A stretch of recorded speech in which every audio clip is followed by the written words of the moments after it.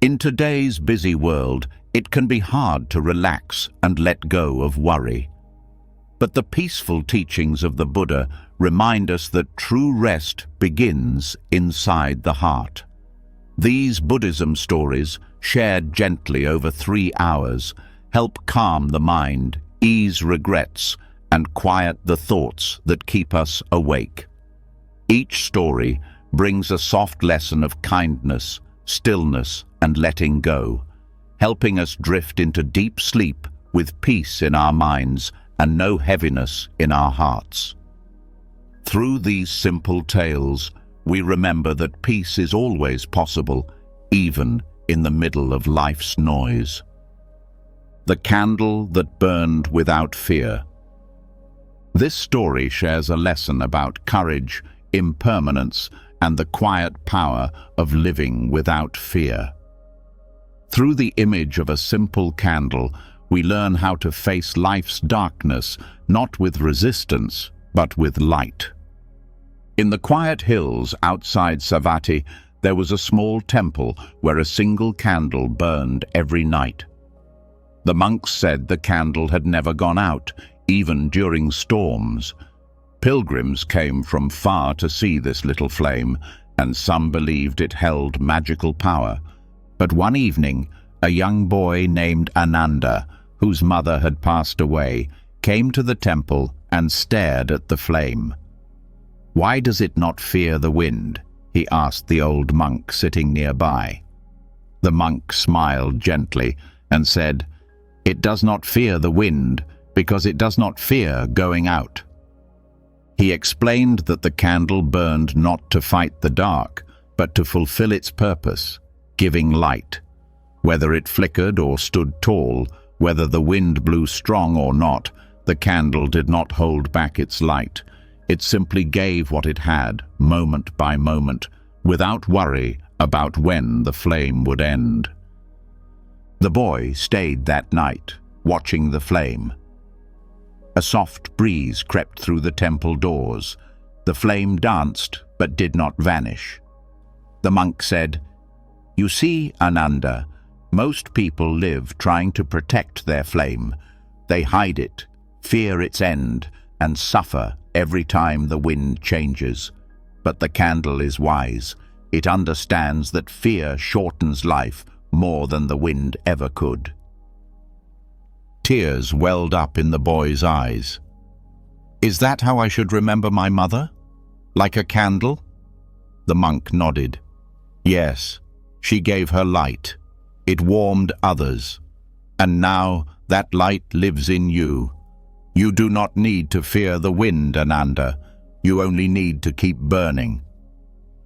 That night the candle burned as always, calm and silent. And for the first time in many nights, Ananda slept, dreaming not of loss, but of light. Moral of the story: fear does not prevent darkness. It only dims our own light. When we live without fear of endings, we burn brighter, touch more lives, and rest more peacefully. Like the candle, we find strength not in resistance, but in presence. The monk who counted raindrops. This story teaches us about mindfulness, presence, and how even the simplest moments, like the falling of rain, can bring deep peace when we learn to truly be with them. Through a quiet practice, one monk discovered the power of being fully alive in each breath, each drop, each second. In a small monastery nestled in the hills near Kosambi, there lived an old monk who was known for his quiet smile and peaceful ways. He never rushed, never seemed troubled, and always looked deeply into the moment. While others hurried through their chores or sat restlessly during meditation, this monk would sit for hours on the temple steps during the rainy season, his eyes closed, his lips barely moving. Many younger monks whispered among themselves, wondering what he did each time the sky opened up. Some thought he was reciting prayers. Others believed he was practicing secret teachings. One day, a curious novice approached him and asked, "Venerable sir, what do you do when it rains? You sit for hours and never move." The old monk smiled softly. "I count the raindrops," he said. The novice laughed, thinking it was a joke. "There are too many. You can't count them all." "Exactly," the monk replied. "That is the point." He explained that he did not count to reach a number. He counted to stay present. Each drop that fell, he welcomed as if it were the only one. He listened deeply to the sound, felt the coolness in the air, watched the way the rain touched the earth, and let his breath move slowly with each falling drop. "Sometimes," he said, "I do not think at all. I just become the listening." Over time, the novice began to join him.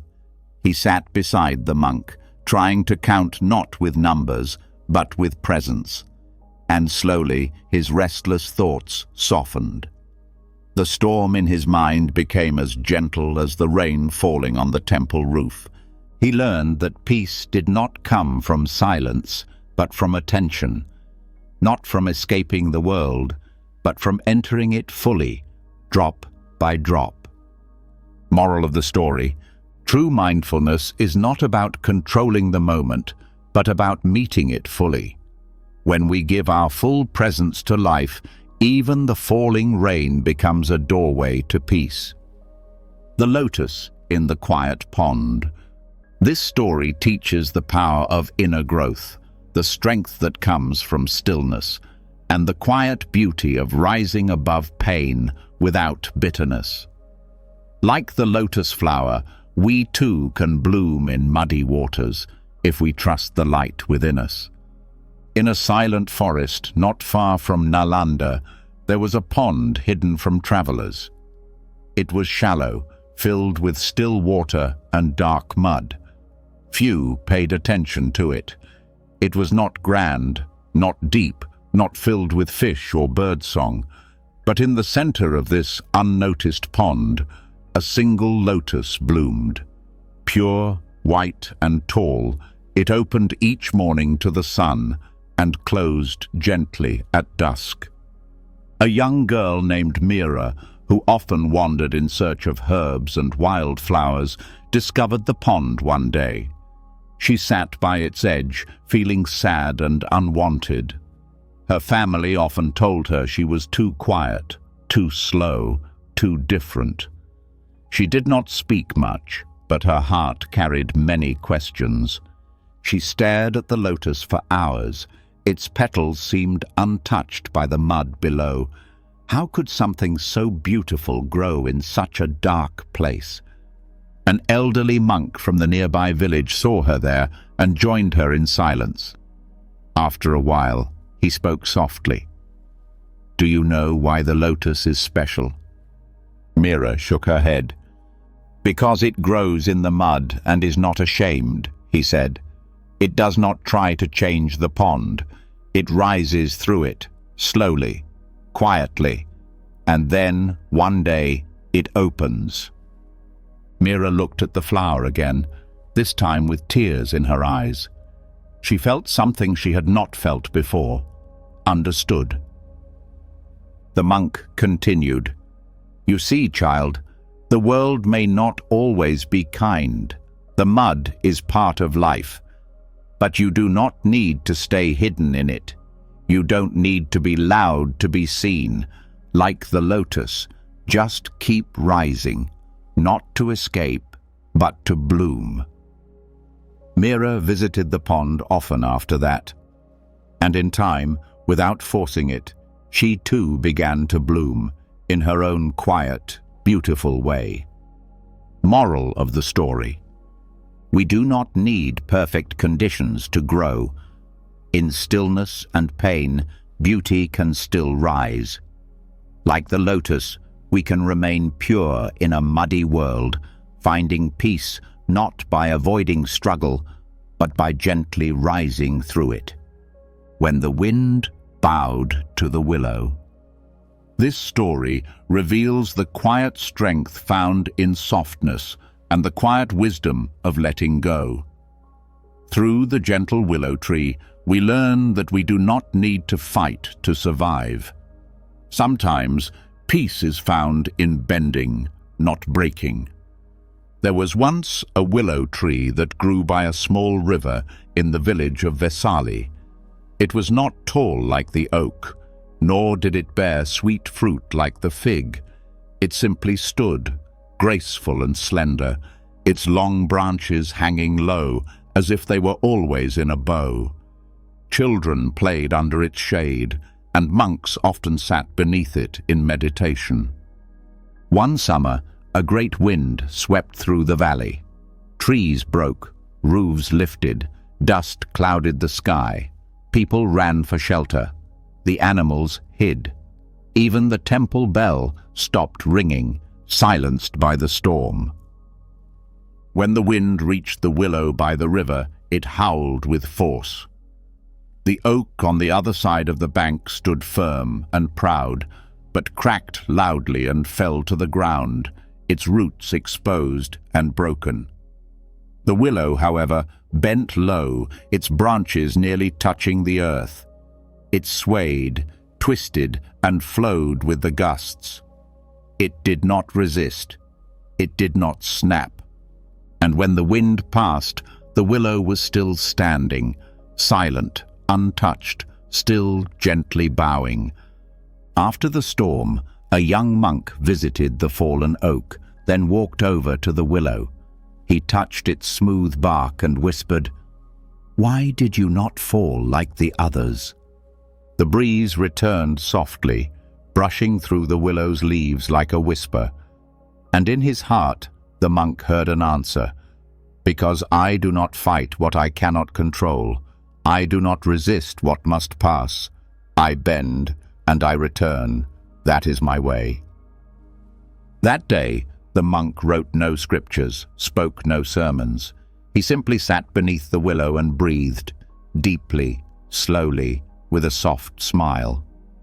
From that day on, whenever troubles came, he did not harden. He did not raise his voice or tighten his fists. He remembered the willow, and he learned to bow.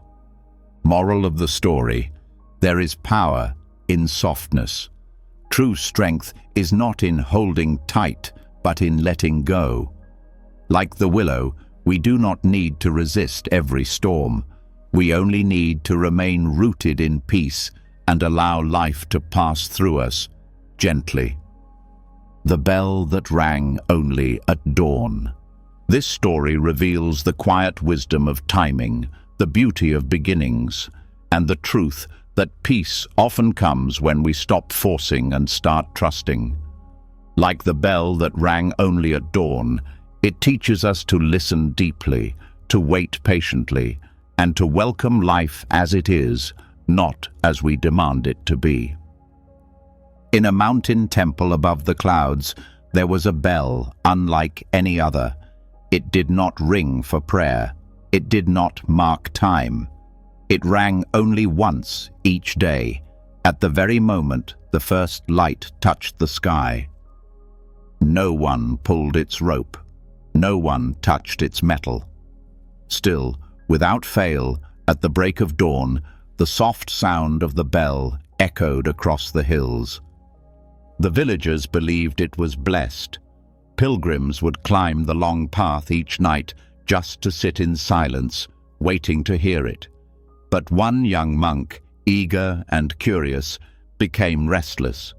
He wanted to understand how it worked. He watched the bell every night, sat beside it, even touched it, but nothing happened. It only rang at dawn.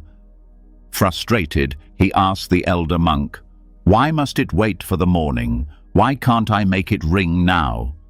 The elder smiled. "Because it is not meant to ring by force. It responds only to light."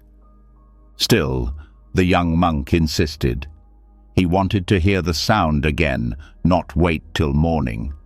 So one night he brought a torch, thinking the firelight might fool the bell. He waited beside it, holding the flame close. But the bell remained still and silent.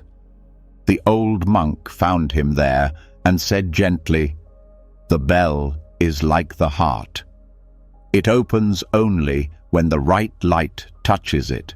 Not fire, not noise, not pushing, but the quiet, patient light of a new day."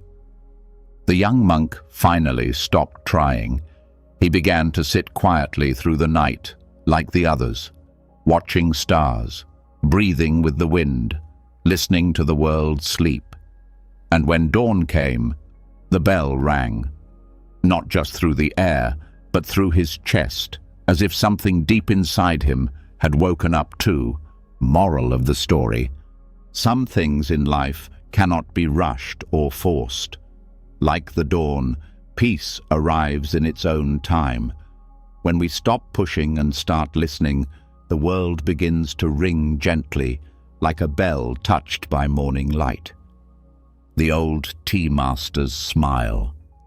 This story reminds us that peace does not come from doing everything right, but from accepting life as it is.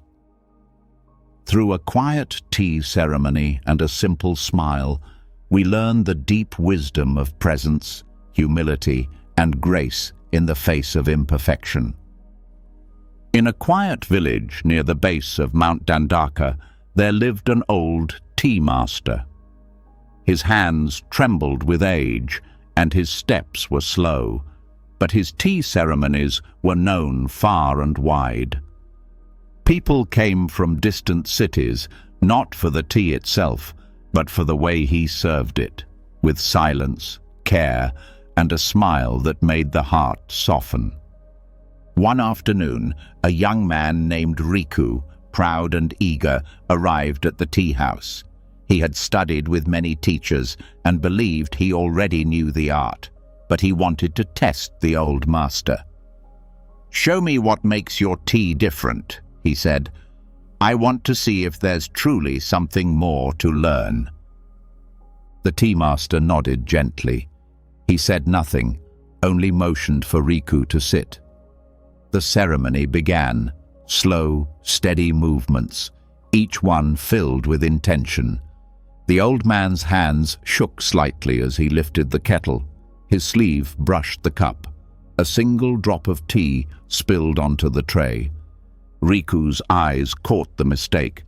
He waited for the old man to apologize, but the tea master simply looked at the drop, smiled, and continued. As he poured the tea, his movements grew even softer, and the air in the room began to feel still, almost sacred. Riku drank the tea. It was warm, simple, perfect, and yet that one drop, the imperfection, lingered in his mind. "Why didn't you stop?" Riku asked. "You made a mistake." The tea master looked at him, smiling like a father who sees a child trying too hard. "In every ceremony, there is a drop that falls. That is how I know I am still human," he said. "The tea is not ruined. The silence is not broken. Only the ego feels the need to be flawless." Riku looked down. In that moment, he understood. Not everything needed to be perfect, only honest, only present. Moral of the story: peace is not found in perfection, but in acceptance.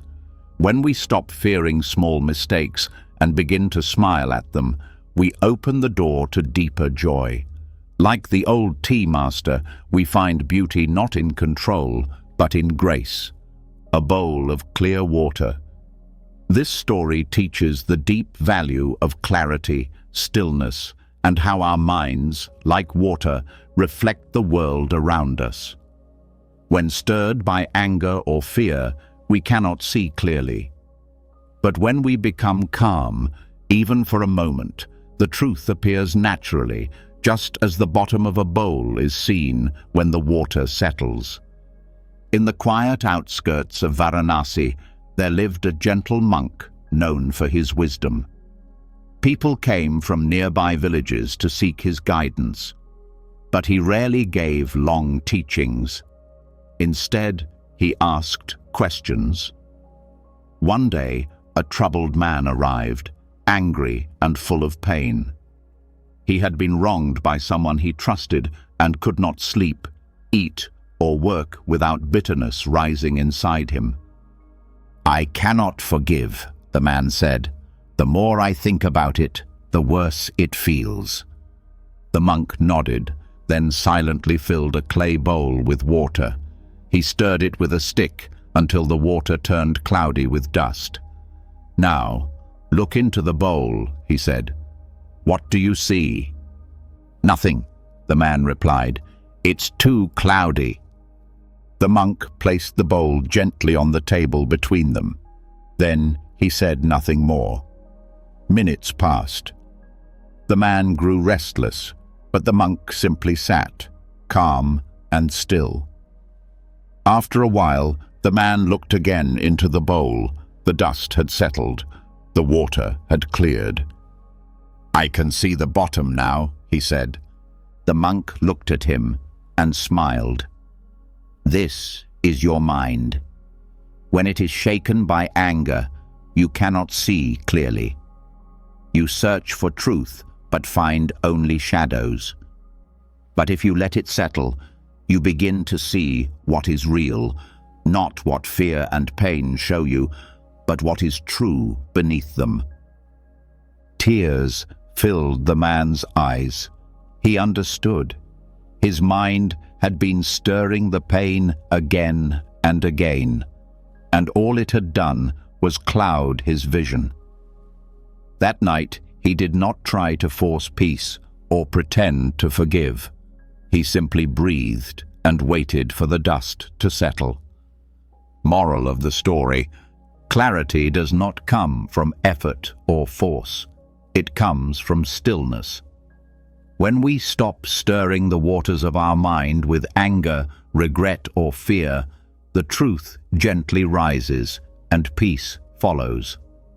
The bridge that waited. This story teaches us the quiet strength of patience, the beauty of unwavering presence, and the deep truth that not all things need to be fixed. Some only need to be held. Through the image of a bridge that never rushed, we learn that healing often begins simply with waiting, with staying, with not turning away. There was once an old wooden bridge in the forest near the village of Kapilavastu. It stretched across a narrow stream where travelers, monks, and villagers passed on their way to the temple beyond. The bridge had no railings, no decorations. It creaked when stepped on and bowed slightly under weight. But it never failed. It never turned anyone away. Over many years, storms had passed through, floods had risen, and still the bridge stood, quietly, without complaint. The people in the village began to say the bridge had its own spirit, that it watched over those who crossed, offering more than passage. It offered stillness. One evening, a young woman named Sela came to the edge of the bridge. She was not there to cross. She was there to decide. Her heart was heavy with sorrow. Her dreams had fallen apart. Her family did not understand her silence.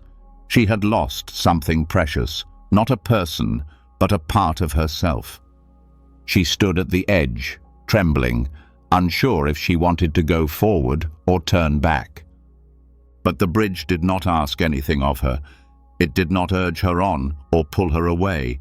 It simply stayed, as it always had.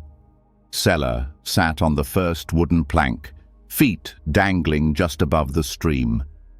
She wept quietly, her tears falling like rain into the water below. The bridge did nothing, and somehow that was everything. It did not try to fix her. It did not offer advice. It did not promise the other side would be better. It only offered a place to rest. The sun dipped low behind the trees, birds settled in the branches, and the bridge, still waiting, held her sorrow without judgment. When she finally stood, she didn't have answers. She wasn't suddenly whole, but she took one step, then another, and the bridge carried her. Moral of the story: true support does not always come with words or solutions. Sometimes it comes from simply staying still, from not leaving, from waiting without demand. Like the bridge, we help others most when we offer presence, not pressure. Silence beneath the bamboo.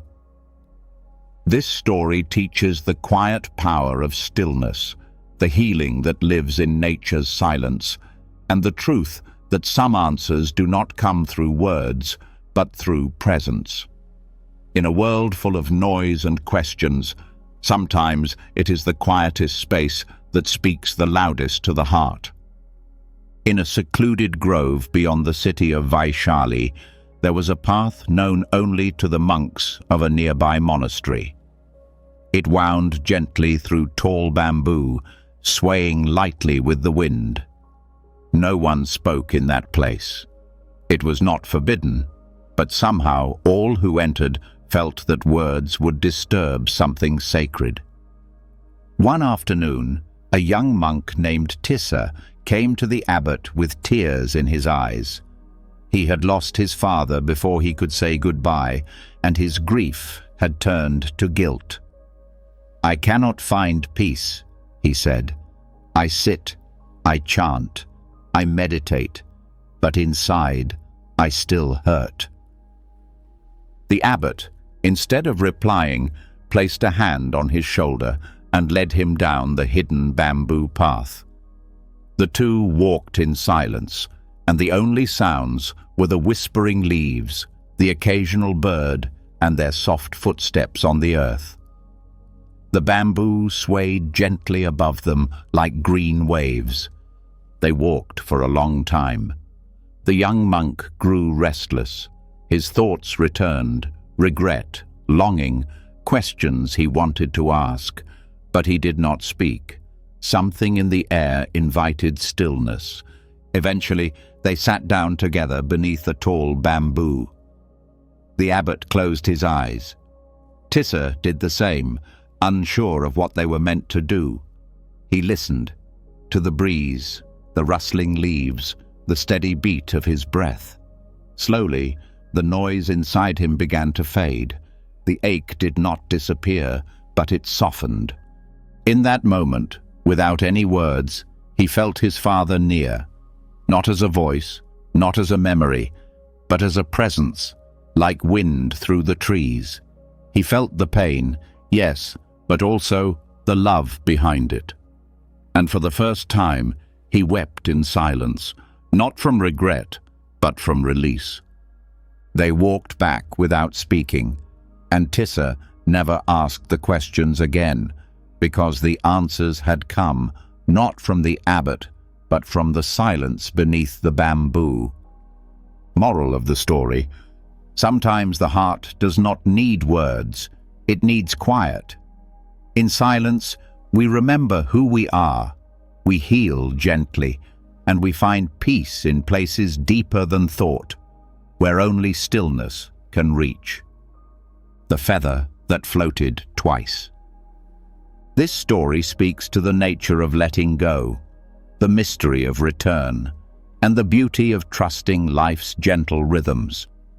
Through the journey of a single feather, we discover that what is meant for us may find its way back, not through force, but through quiet surrender. In a peaceful valley near the Ganges River, there lived a boy named Tashi who loved to collect small, beautiful things.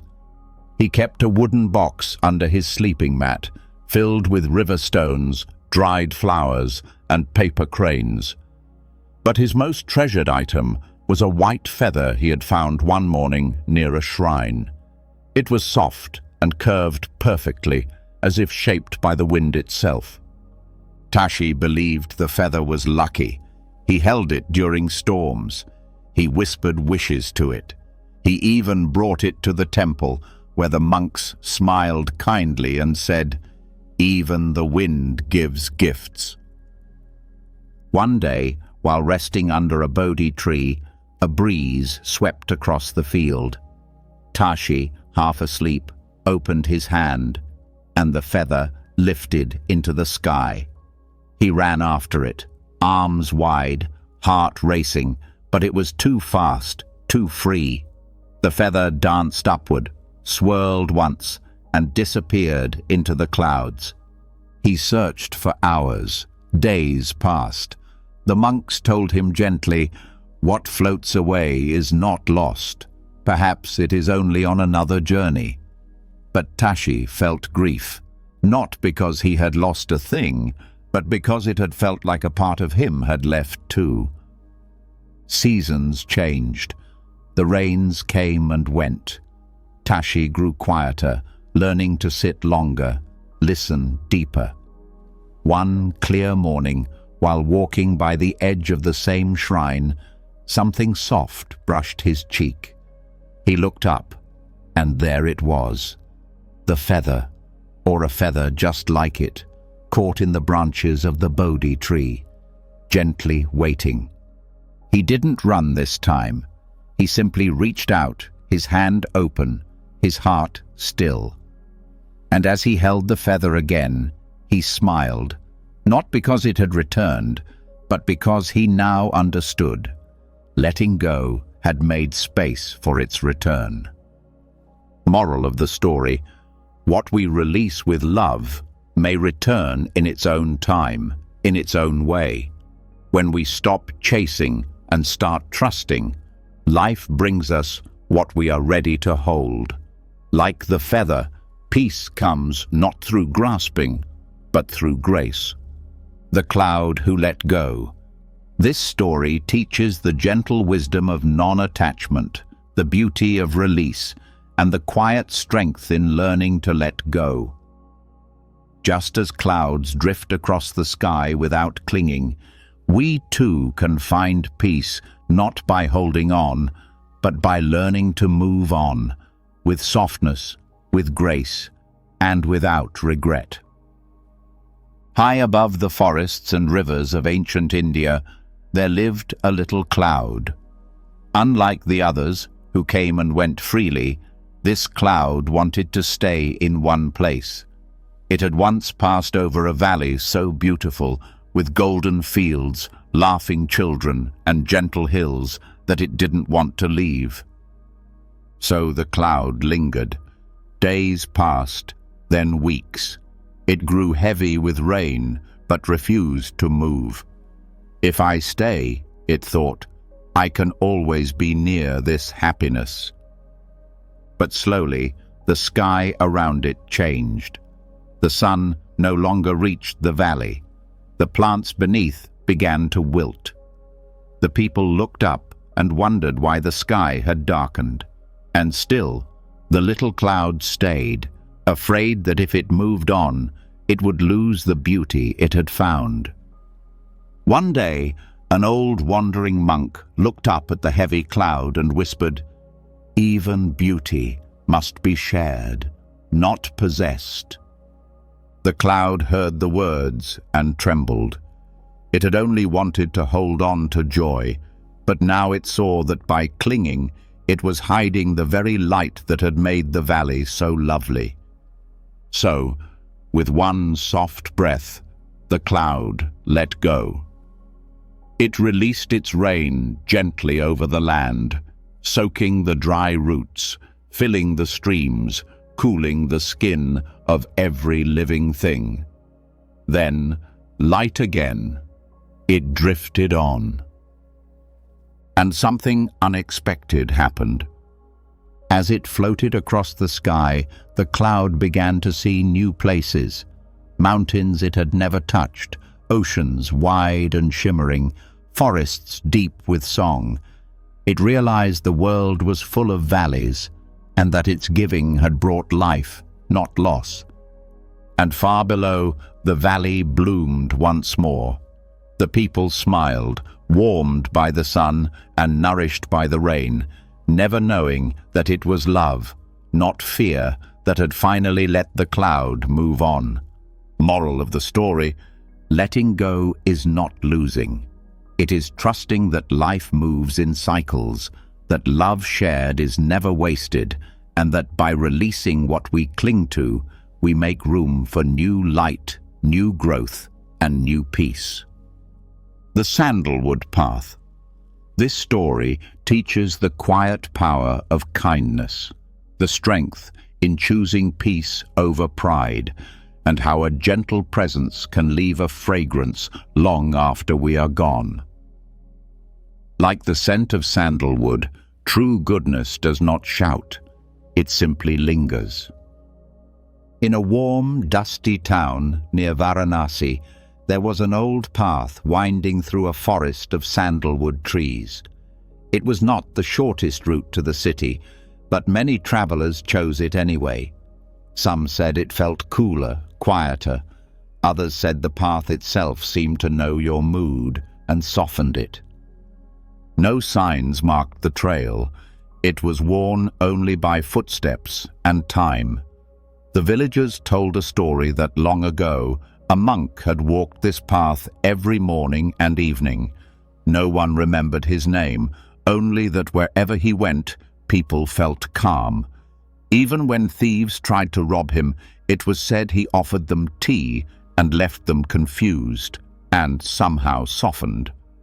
One day, a merchant named Harin, bitter from years of harsh business and broken trust, took the sandalwood path out of convenience. He believed in gold, not trees, but the path was quiet, too quiet. It unsettled him. The trees didn't speak, but they didn't need to. Their scent was thick in the air, sweet, calming, impossible to ignore. As Harin walked, memories surfaced. A kind word from his mother, the laugh of an old friend now gone, a debt he had never repaid. He tried to push the thoughts away, but the stillness of the path offered no escape. Near the middle of the trail, he came upon a stone bench. Carved into it were words faded by time. Let your presence be like sandalwood, leaving peace where you pass. Harin sat, the scent of the trees wrapping around him like warm wind. For the first time in years, he wept. Not from pain, but from something softer. Regret, maybe, or remembrance. He stayed until the stars appeared between the branches. The next day, he returned, not with haste, but with a gift. A small candle, which he lit and left on the bench. No one saw him do it, but the flame stayed through the night. Moral of the story: true peace leaves a trace without trying. Like sandalwood, the most powerful kindness does not force, it lingers. When we walk gently in this world, we do not need to change others. Our peace is the fragrance we leave behind. The fish who forgot to swim. This story gently teaches the nature of self-doubt, the healing power of remembrance, and the truth that what we seek is often already within us. Just as the fish is born to swim, we are born with peace, wisdom, and strength. It is only fear that makes us forget. In the clear waters of a quiet lake near the village of Jetavana, there lived a small silver fish named Sela. She was like all the others, quick, graceful, playful. But one day, while swimming near the surface, she saw her reflection in the water. Something about it made her feel different. Her fins seemed too small, her tail too thin. Doubt crept in. She wondered, what if I'm not good enough to swim with the others? What if I sink? What if I forget how to move? The thoughts grew heavier. The next day, she stayed near the bottom, not moving much. The other fish called to her, but she pretended not to hear. She stopped darting, stopped dancing through the reeds, and one day she stopped swimming altogether. She floated, still and silent, as if waiting for something to change. Then came an old turtle, slow and kind, who had seen many fish come and go. He noticed Sela resting at the bottom and asked, "Why do you not swim?" "I think I've forgotten how," she whispered. "I feel too afraid." The turtle paused. "Did you forget how to breathe too?" "No," she said quietly. "And did you forget how to see, how to feel the water, how to float?" "No," she replied again. "Then you have not forgotten how to swim," the turtle said gently. "You've only forgotten that you already know." He nudged her softly. "Try not to make yourself swim. Just remember the water." At first, nothing happened. But as Sailor listened to the rhythm of the water around her, something stirred. Her fins moved, barely, but enough. The water responded. It lifted her. She began to glide, not because she forced herself to, but because she allowed herself to be carried.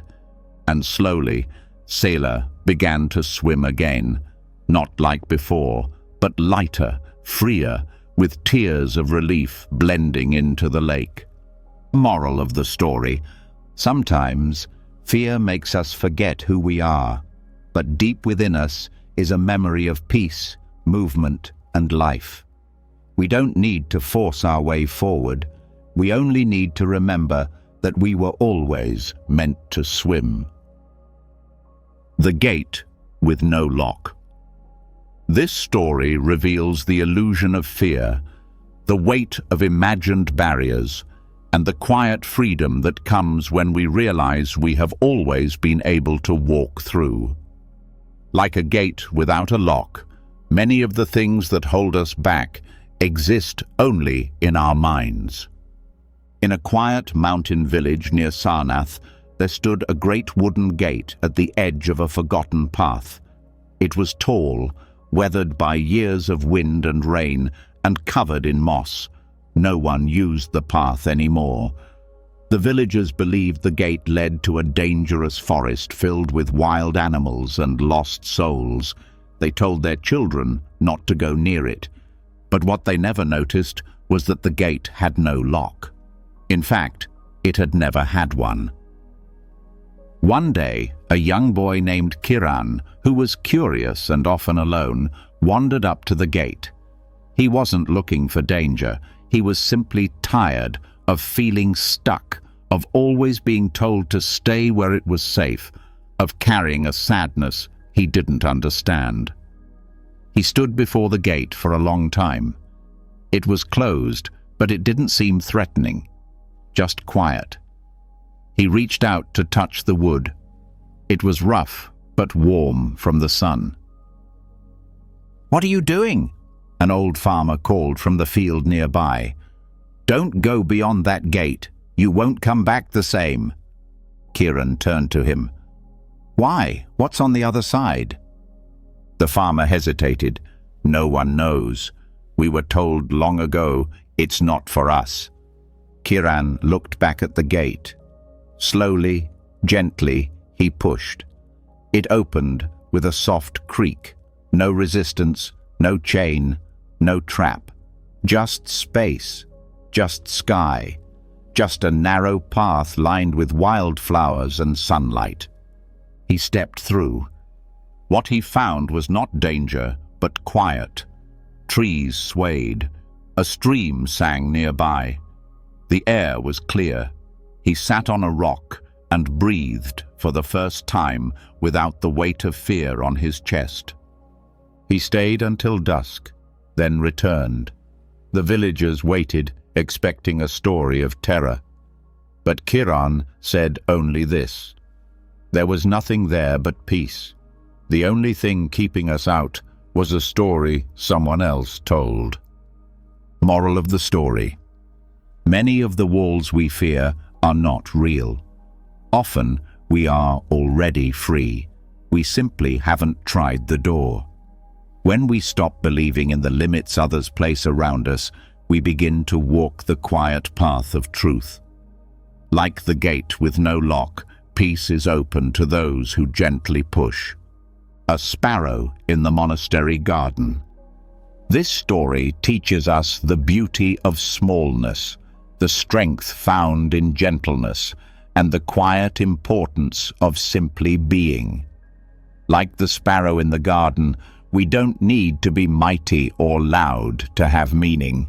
We only need to live sincerely with presence and care.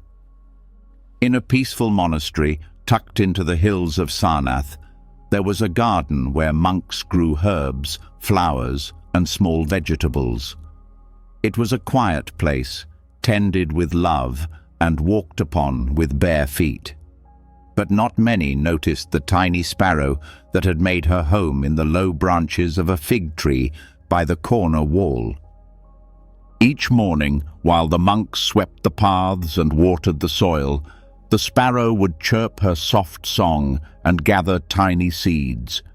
She did not soar like the hawks above the cliffs or sing as loudly as the forest birds. She lived simply, hopping from stone to stone, unnoticed by many. One young monk, Anuruddha, was troubled by his practice. He believed he wasn't progressing fast enough. His mind wandered, his meditations felt shallow, and he often compared himself to others. "I am too small to be useful," he said quietly one day as he sat in the garden, eyes lowered. The head monk sat beside him without speaking. He simply pointed toward the fig tree where the sparrow was feeding her chicks. The monk said, "Every day, that little bird wakes, gathers food, and returns to her nest. She never asks whether she is great or wise. She only does what is needed, with care, with presence, and with peace." Anuruddha watched. The sparrow was not rushing. She was not trying to impress. Yet something about her rhythm, her stillness, even while moving, calmed his heart. "She has no titles," the elder continued, "yet the garden feels empty when she is gone." That evening, Anuruddha returned to his cushion. He stopped striving to be more. He breathed. He sat. Like the sparrow, he was simply there, small, quiet, whole. And the next morning, when the sparrow sang her soft song, he smiled, not because he had become great, but because he no longer needed to. Moral of the story: you do not need to be big to matter. The smallest presence, when given with sincerity, brings peace to the world. Like the sparrow, live gently, and know that just being yourself is enough. The story that told itself. This story teaches the quiet wisdom of surrender, the beauty of being part of something greater than our plans, and the deep peace that comes when we stop trying to control every chapter. Some stories do not need to be written, they only need to be lived. In a sleepy town near the banks of the Yamuna River, there lived an old scribe named Nalin. His small hut was filled with scrolls and ink pots, and his hands were stained with words. Every morning, he sat cross-legged with a fresh sheet of parchment, hoping to write something that would last beyond his life. But for many years, nothing came. He had written hundreds of beginnings, each one full of promise, only to tear them up by nightfall.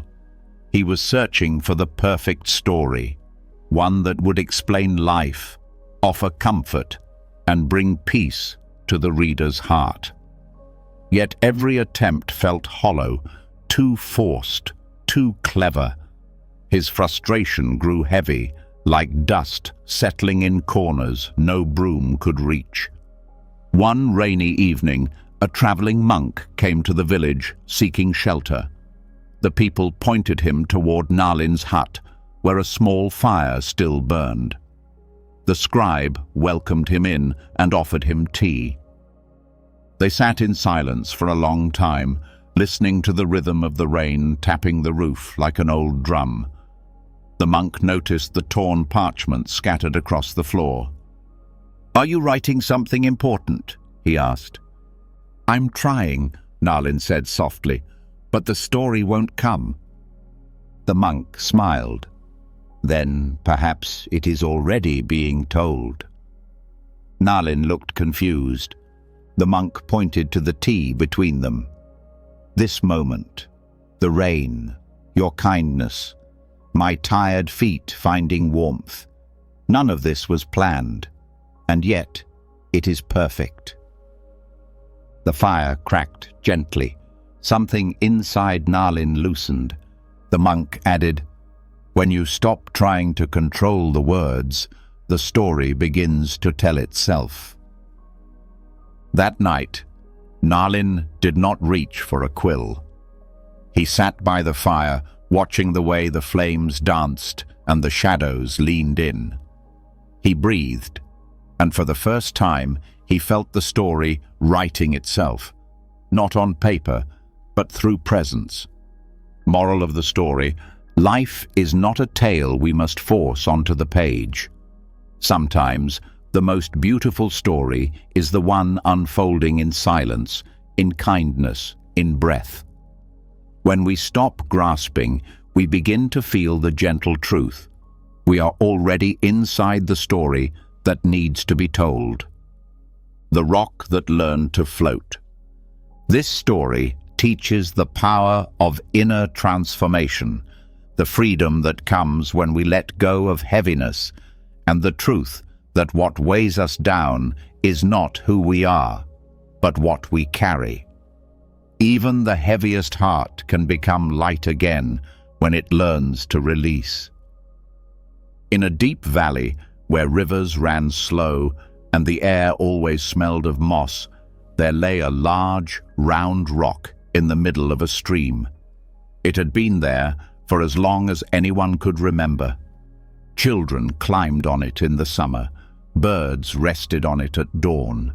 It never moved, never shifted. It simply sat, silent, solid, unchanging. But what no one knew was that this rock could feel. Long ago, it had once been light. Once it had skipped along the water's edge like a pebble. It had danced in rain and rolled through the mountain winds. But over time, it had gathered pain, harsh words, lost moments, the weight of things it couldn't change. Slowly, it sank deeper and deeper, until it believed it could never move again. One spring morning, a young monk walked barefoot into the stream and sat nearby. He did this every day, quietly humming, sometimes crying, but always returning. One day, he placed his hand gently on the rock and said, "I don't know how to let go either, but I think that's where peace begins." The rock listened. The monk returned each morning, speaking softly about the things he had released: old shame, anger, the fear of being forgotten. He spoke to the rock as if it were a friend. He never asked it to change. He simply shared the weight he no longer wished to carry. And something began to happen. The rock, in its stillness, felt something stir within, a soft cracking, not of breaking, but of remembering. It realized it didn't have to hold everything, that it too could let go. So, piece by piece, the rock released the sorrow hidden in its cracks. Not all at once, not with force, but slowly, like petals falling from a flower. And one morning, after many quiet sunrises, the rock lifted, just slightly, off the stream bed, not enough to rise above the water, but enough to feel light again.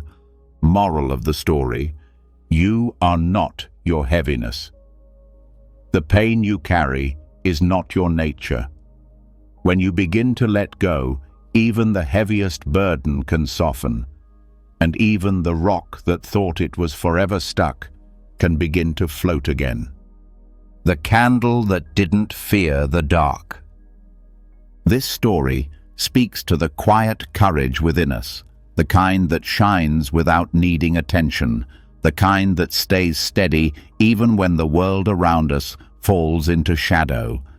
Through the image of a single candle, we learn that light does not need to be loud to be strong, and darkness is not something to fear. It is something to understand. Long ago, in a mountain monastery hidden deep within the forest of Magadha, there was a great hall where the monks gathered each evening to meditate. At the center of that hall stood a simple brass candle holder holding a single white candle. It was not large nor special in shape. But each night, when the sun had gone and the winds grew cold, it was the first light to be lit. One winter, a storm swept through the mountains, knocking out the lanterns along the path and breaking the windows of the meditation hall. The monks huddled together in silence, wrapped in blankets, their usual calm disrupted by the crashing wind and the darkness that swallowed everything. No one moved to light the candle. Then a novice named Toma stood, trembling not from cold, but from a sense of quiet purpose. He found the candle and with shaking hands lit it. The flame was small, barely enough to see across the room, but it flickered, warm and steady. And something shifted. The older monks turned their eyes toward it. Their shoulders softened. The storm still howled outside, but inside there was now a center, a still point in the chaos. Later, someone asked Toma why he wasn't afraid. "You lit the candle when none of us could," they said. He smiled gently. "The candle does not fear the dark," he said. "It was made for it." And in that moment they all understood. The candle had not chased away the storm. It had not filled the room with blinding light, but it had remembered its purpose, and that was enough. That night, the monks sat quietly in the glow of that tiny flame, no longer trying to escape the darkness, only learning to be at peace within it. Moral of the story: we are not here to erase the darkness, but to bring light into it. Like the candle, we find our strength not by resisting the shadows, but by remembering we were made to shine gently within them. The leaf that returned to the tree. This story teaches the deep comfort of belonging, the mystery of life and death, and the quiet understanding that nothing truly leaves, it only changes. Like the leaf who longed to return, we too may find that what we seek is never far, but always part of something greater than ourselves. In a peaceful forest outside the town of Rajgir, there stood an old tree with wide branches and a soft, rustling voice. Every year it shed its leaves in the dry season, and every year new ones returned in the spring. But one leaf, small and golden, had not wanted to fall. As the breeze turned cool and the other leaves loosened, this little leaf held on tightly. "I don't want to fall," it whispered. "I don't want to leave the tree." The tree, kind and gentle, whispered back, "You are not leaving, you are becoming." But the leaf didn't understand. It feared the ground, the stillness, the unknown. When the wind finally carried it away, it wept, not from pain, but from longing. It drifted down slowly and landed beside a stone. The world felt quiet, lonely, Strange. Days passed, then weeks. Rain came, sunlight warmed the earth. The little leaf, now resting on the forest floor, began to soften. It no longer had its old shape. It could no longer cling. But in that softness, something else began. The earth below welcomed the leaf gently. It cradled it as it broke down, not into nothing, but into soil, into food, into life.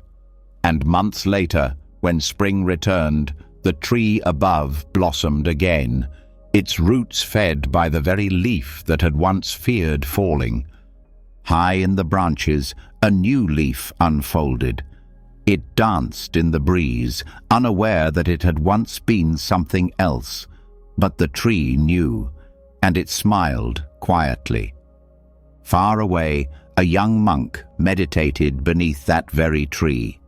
He opened his eyes and whispered, "Nothing is ever truly lost." Moral of the story: we fear change because we think it means the end. But life never ends. It transforms. Like the leaf, we return not in the same form, but in new ways, always part of the whole. What falls today may rise again tomorrow, just wearing a different name. The boy who listened to silence. This story teaches us the deep, healing power of silence, not as emptiness, but as presence. In a world filled with noise and distraction, the story of one quiet boy reminds us that listening deeply, even to what cannot be heard, can open the heart in ways words never can. In a village beside a slow-moving river, there lived a boy named Arun. He was different from the other children, not because of how he looked, or walked, or played, but because he rarely spoke. He listened, always listening, to the wind in the grass, the creak of doors, the sound of birds at dawn. While others filled the air with laughter and chatter, Arun would sit under the banyan tree, still and silent, his eyes soft, his breath quiet. Some adults worried. "He's too quiet," they whispered. "He must be lonely." Others said, "Perhaps he has nothing to say." But the old monk in the village temple said nothing. He only watched and smiled. One day, while the other children played near the river, Arun wandered up the hill to the temple and sat in the garden. The monk approached him, sitting beside him in silence. Minutes passed, then more. Neither spoke. Finally, the monk asked, "What do you hear?" Arun closed his eyes. The wind touching the leaves, the ants walking on the stone, the breath of the earth, and something deeper. The monk nodded slowly. "And what is that?" "I don't know," Arun said, "but it feels full, like it's saying something without words." The monk placed a gentle hand on the boy's shoulder. "That is silence. It is not the absence of sound. It is the presence of everything." From that day on, Arun visited the temple garden often, sitting quietly, listening with his whole being. Over time, even the villagers began to notice. When Arun was near, people felt calmer. Children quarreled less. Parents sighed with relief. He did not speak often, but when he did, his words were few and kind, and always deeply felt. Arun grew, but he never stopped listening, and the silence he heard as a boy became the peace he carried as a man. Moral of the story: silence is not empty. It is alive.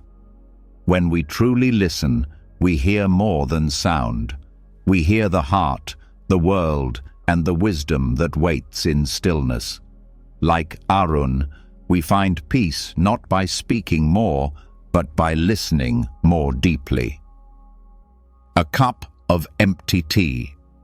This story teaches the wisdom of humility, the peace found in unlearning, and the quiet truth that to receive anything deeply, wisdom, love, or peace, we must first make space for it. Like an empty cup, the open heart is ready for stillness. The full one spills, but the empty one receives.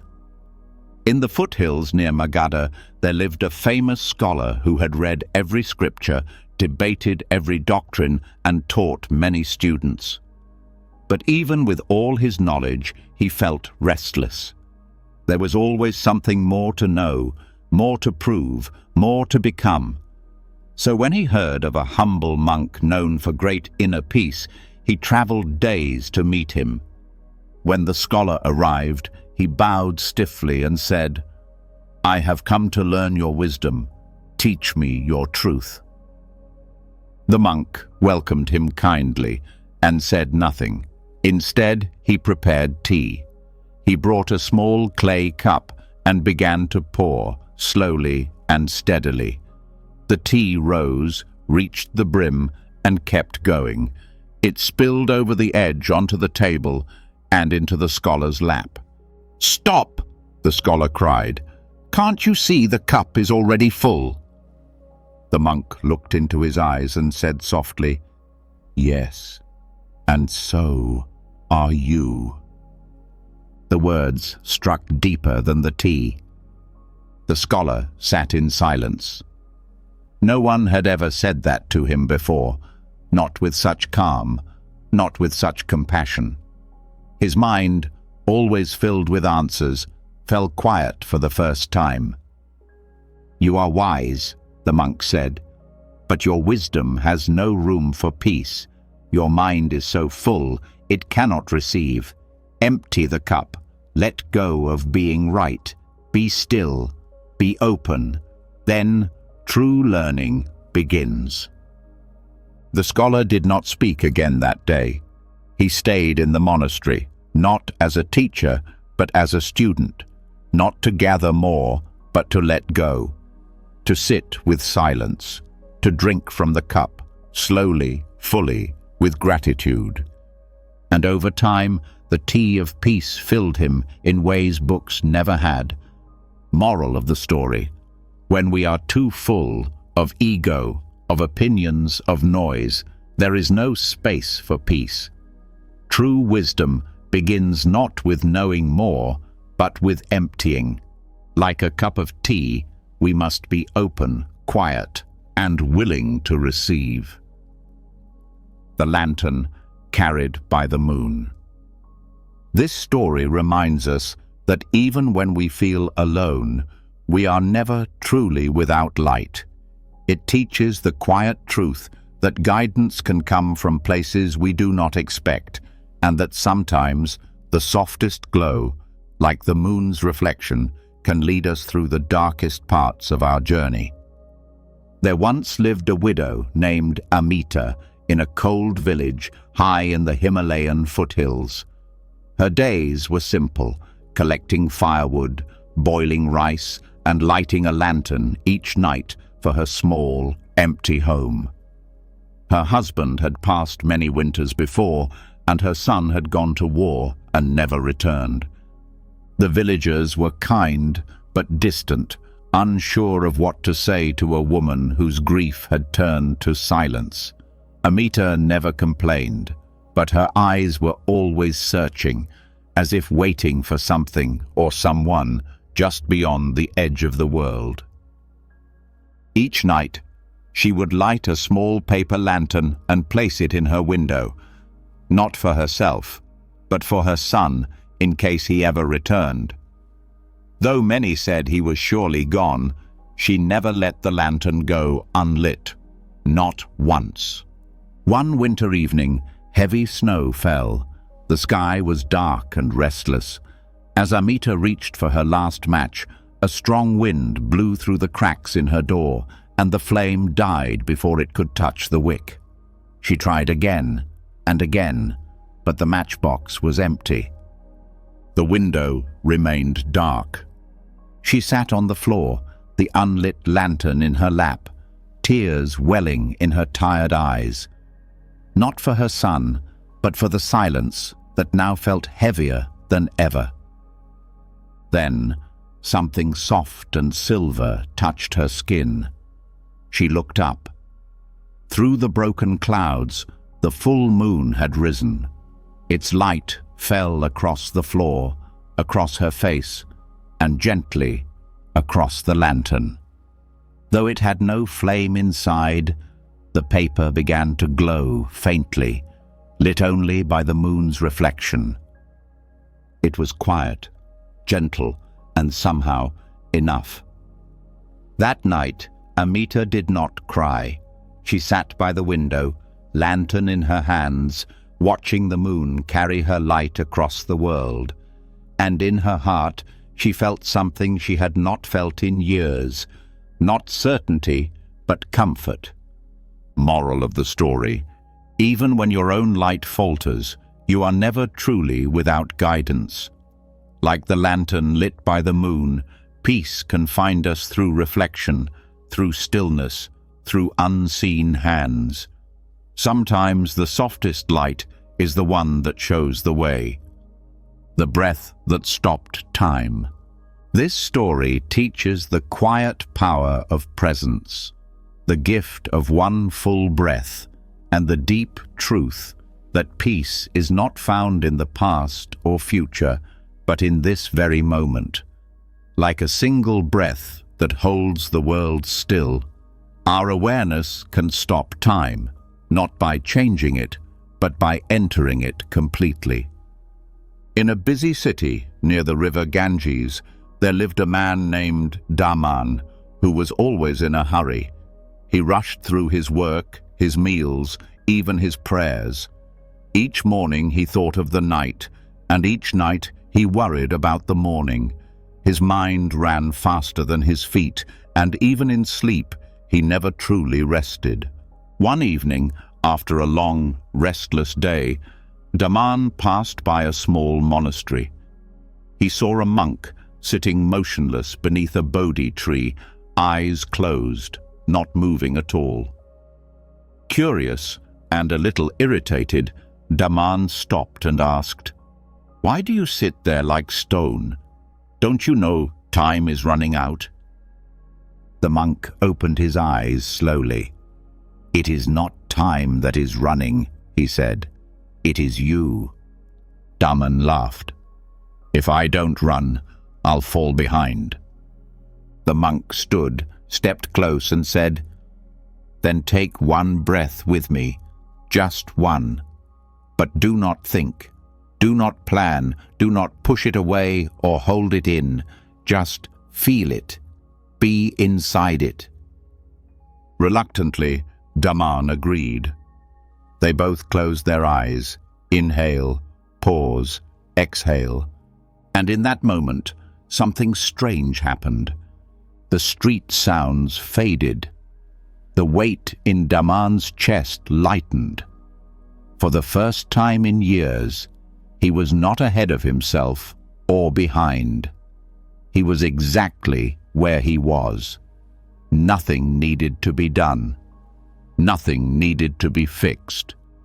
Just that one breath, real, soft, and infinite. When he opened his eyes, tears had gathered. The monk smiled gently. "That was time too," he said. "But you were not running from it. You were inside it." From that day on, Daman began to practice, just one breath at a time. And though his life outside remained busy, something inside had changed. He had found the doorway into peace, not tomorrow, not yesterday, but now. Moral of the story: peace is not a place or a plan.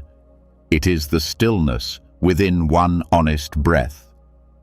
When we stop chasing time and enter the moment fully, life no longer runs past us. It opens gently and waits. When the mountain sat still. This story teaches us the strength found in stillness, the calm that comes from not reacting, and the quiet power of being present without needing to control. Like the mountain, we too can remain steady when the world around us begins to shake. There was a towering mountain called Mahavana, standing tall at the edge of a sacred forest. Travelers passed by it for generations, some in awe, others in fear. It was not the tallest mountain, but it was the stillest. No matter the season, no matter the storm, Mahavana never moved, never crumbled, never changed its shape. Near the foot of the mountain, a group of monks lived in a small monastery carved into the stone. Among them was a young monk named Jyoti, who struggled with restlessness. His thoughts raced. His heart burned with ambition, worry, and doubt. During meditation, he could not sit still. "How can I quiet the storm inside me?" he once asked the abbot. The old abbot said nothing at first. He simply pointed toward the mountain and said, "Go, sit with Mahavana." So Jyoti climbed halfway up and sat on a rocky ledge. The wind howled, clouds shifted above him, and dust blew in every direction. Still, the mountain did not move. He came back the next day, and the next. At first, nothing changed. His mind still raced. His legs ached. He wanted to run, but slowly he began to notice something. The mountain didn't resist the wind. It didn't chase the clouds or fight the sun. It didn't shout when birds flew away or when rain fell. It just sat, strong, patient, and silent. One day, during a particularly fierce storm, Jyoti felt panic rise in his chest. The sky grew dark, lightning cracked above the peaks, but Mahavana did not move, and Jyoti, watching it, suddenly felt something shift inside himself. Not a thought, not a word, just stillness. He sat through the storm, unmoved. Breath by breath, fear faded. The mountain had not taught him a lesson. It had simply shown him a way of being. When he returned to the monastery, the abbot looked at him and smiled. Jyoti didn't say a word. He didn't need to.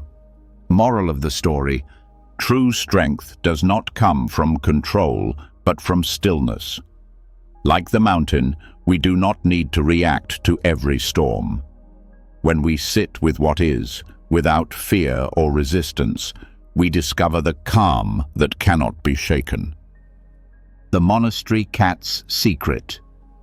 This story teaches the beauty of quiet observation, the wisdom found in simplicity, and the secret that peace isn't always taught through words, but sometimes through presence alone. Like the monastery cat, we may not speak much, but how we live can be the most gentle teaching of all. In a hilltop monastery, surrounded by clouds and wind, there lived a soft grey cat named Pima. No one knew where she came from. One morning, she was simply there, curled on a cushion in the meditation hall. The monks let her stay. She caused no trouble. She came and went as she pleased, slipping silently between shadows, always calm, always watching.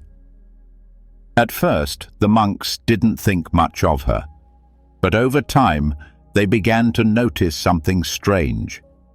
Pima always seemed to know when someone was suffering. She would appear beside those who sat with troubled hearts, curling near their feet, purring softly, breathing with them. She never interrupted. She never asked for anything. She just was. A novice monk named Lopa had a restless mind. Every time he sat to meditate, thoughts flooded in about his past, about things he should be doing, about mistakes he couldn't forget. He grew frustrated. "I will never find peace," he whispered one day, wiping angry tears from his face. That evening, as he sat again in silence, something warm brushed against his leg. It was Pema. She curled up beside him, her eyes half closed, her breath steady and slow. Lopa watched her. She wasn't trying to meditate. She wasn't chasing stillness. She was simply there, completely, softly present. Night after night, she returned, and little by little, Lopa began to match her rhythm. He stopped fighting his thoughts. He stopped trying so hard to be peaceful. He just sat like Pema did, quiet, alert, breathing. Not perfect, but present. One day he asked the head monk, "Why does she help me so much? She doesn't say anything." The monk smiled and said, "Because she doesn't try to be peaceful. She is, and that's her secret." From then on, Lopa called Pema teacher, and in time, he too became a little more like her, soft, still, and gently wise. Moral of the story: peace doesn't always need effort or words. Sometimes it comes from simply being fully present, without judgment or struggle. Like the monastery cat, we teach most through how we live, not what we say. The old trees whisper. This story teaches us the quiet wisdom of age, the healing that comes with time, and how life speaks to us not always through answers, but through stillness, presence, and gentle reminders to slow down and listen. Like an old tree, peace grows silently, year after year, without needing to be seen. In the heart of a dense forest near Lumbini, there stood an ancient tree. Its bark was thick with age, cracked and scarred from years of storms, yet its branches reached wide and strong. No one knew how long it had been there. Birds made their homes in its arms. Travelers rested beneath its shade. Monks from a nearby hermitage often came to meditate at its base. The villagers called it the listening tree. It was said that if you sat quietly with your hand on its trunk, you might hear something, not in words, but in a way the heart understands. Children believed the tree whispered answers. Elders said it shared memories, but no one quite agreed on what it said, only that it said something. One day, a girl named Lila came to the tree. Her heart was heavy with sorrow. Her father had passed suddenly, and though many people offered her comfort, none of it touched the ache inside her. Words felt thin. Prayers felt far away. So she went to the tree. She sat down and leaned against its trunk. She did not speak. She did not cry. She simply closed her eyes and listened. Time passed. The wind stirred the leaves gently. A bird landed, then flew away. The sun filtered through the branches in long golden lines. The tree said nothing. And yet, something happened. Lila felt her breath slow. The sharp pain in her chest began to soften, not disappear, just loosen its grip. The silence was not empty. It was full of something old and kind and strong enough to hold her sadness without fear. She stayed for hours, and as she rose to leave, she rested her hand once more on the bark. For a moment, she thought she heard a whisper, not with her ears, but deep inside. "You are not alone." It was not a voice, not a sound. But it was enough. Moral of the story: healing does not always come through words. Sometimes it comes through stillness. Like the old tree, peace often whispers, not to be heard, but to be felt. When we slow down and truly listen, the heart begins to remember how to heal. The drum that never sounded. This story teaches the mystery of inner silence, the strength found in restraint, and the deep truth that not all power must be used to be real. Like the drum that never made a sound, some of the greatest wisdom lies not in what is expressed, but in what is held with quiet understanding. In an ancient temple carved into the cliffs above the river Yamuna, there was a large drum that stood at the center of the meditation hall. It was made from sandalwood and buffalo skin, beautifully shaped, perfectly tuned, yet no one had ever heard it played. New monks, curious and eager, often asked about it. "Why do we keep a drum no one uses?" they would whisper. "What sound does it make?" The elder monks would only smile and say, "It is not yet time." One young monk named Kavi became especially obsessed. He had been raised to believe that everything had a purpose, that every tool should be used. "What is the value of a drum that is never struck?" he asked the abbot one evening. The abbot looked at him and replied, "Go sit with it.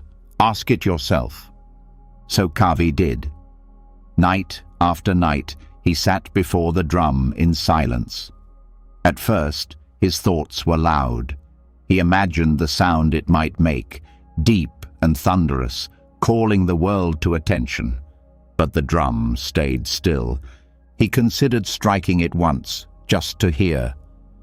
But something in the air, something in its presence, held him back. So he waited. He breathed. He listened, not for sound, but for stillness. And slowly, something shifted. The drum began to feel less like a silence waiting to be broken, and more like a silence waiting to be understood. Kavi began to hear something else, not from the drum, but from within, his rushing mind, his grasping, his constant need for noise. And then, one night, he heard it, not through the drum's surface, but in the space between breaths. A silence so full, so deep, it felt like sound itself. A sound without noise, a message without words. He wept, not because he had heard the drum, but because he no longer needed to.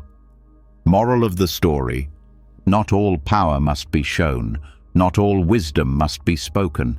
Like the drum that never sounded, deep truth often rests in quietness. When we stop searching for noise, we begin to hear the silence that holds everything. A blanket woven from kindness. This story teaches us that gentle actions, no matter how small, can bring great warmth. It reminds us that kindness, when offered without expectation, can wrap around the coldest moments of life like a blanket, softening sorrow and bringing comfort where words cannot. In a quiet village wrapped in snowy hills, there lived a weaver named Soma. She was not wealthy, and her cottage was small, but her heart was wide and steady. She had a simple life. She rose with the sun, worked at her loom, and shared tea with the neighbors who passed by. She never asked for much, only that her hands remained strong enough to weave. One long winter, sickness spread through the village. Families stayed inside. Laughter vanished from the streets.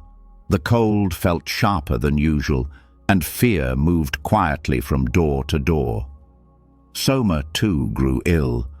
But when she recovered, instead of resting, she sat at her loom again. This time, she did not weave scarves or sell her fabric in the market. She wove a blanket, soft, thick, and warm. Into it, she placed old pieces of cloth from the clothes of villagers who had once helped her, a patch from the baker's apron, a thread from the teacher's shawl, colors from the farmer's old coat. Each thread carried a memory, a gesture, a kindness. She worked quietly, day and night, her fingers moving with love, not just for the people, but for the times they had forgotten they once helped one another. When it was done, she gave it to an elderly woman who had no family left. She left it on her doorstep, without a note, without her name. Word of the gift spread. No one knew where it had come from, but others began to do the same. Food left at doors, firewood stacked in silence, blankets, letters, warm bread.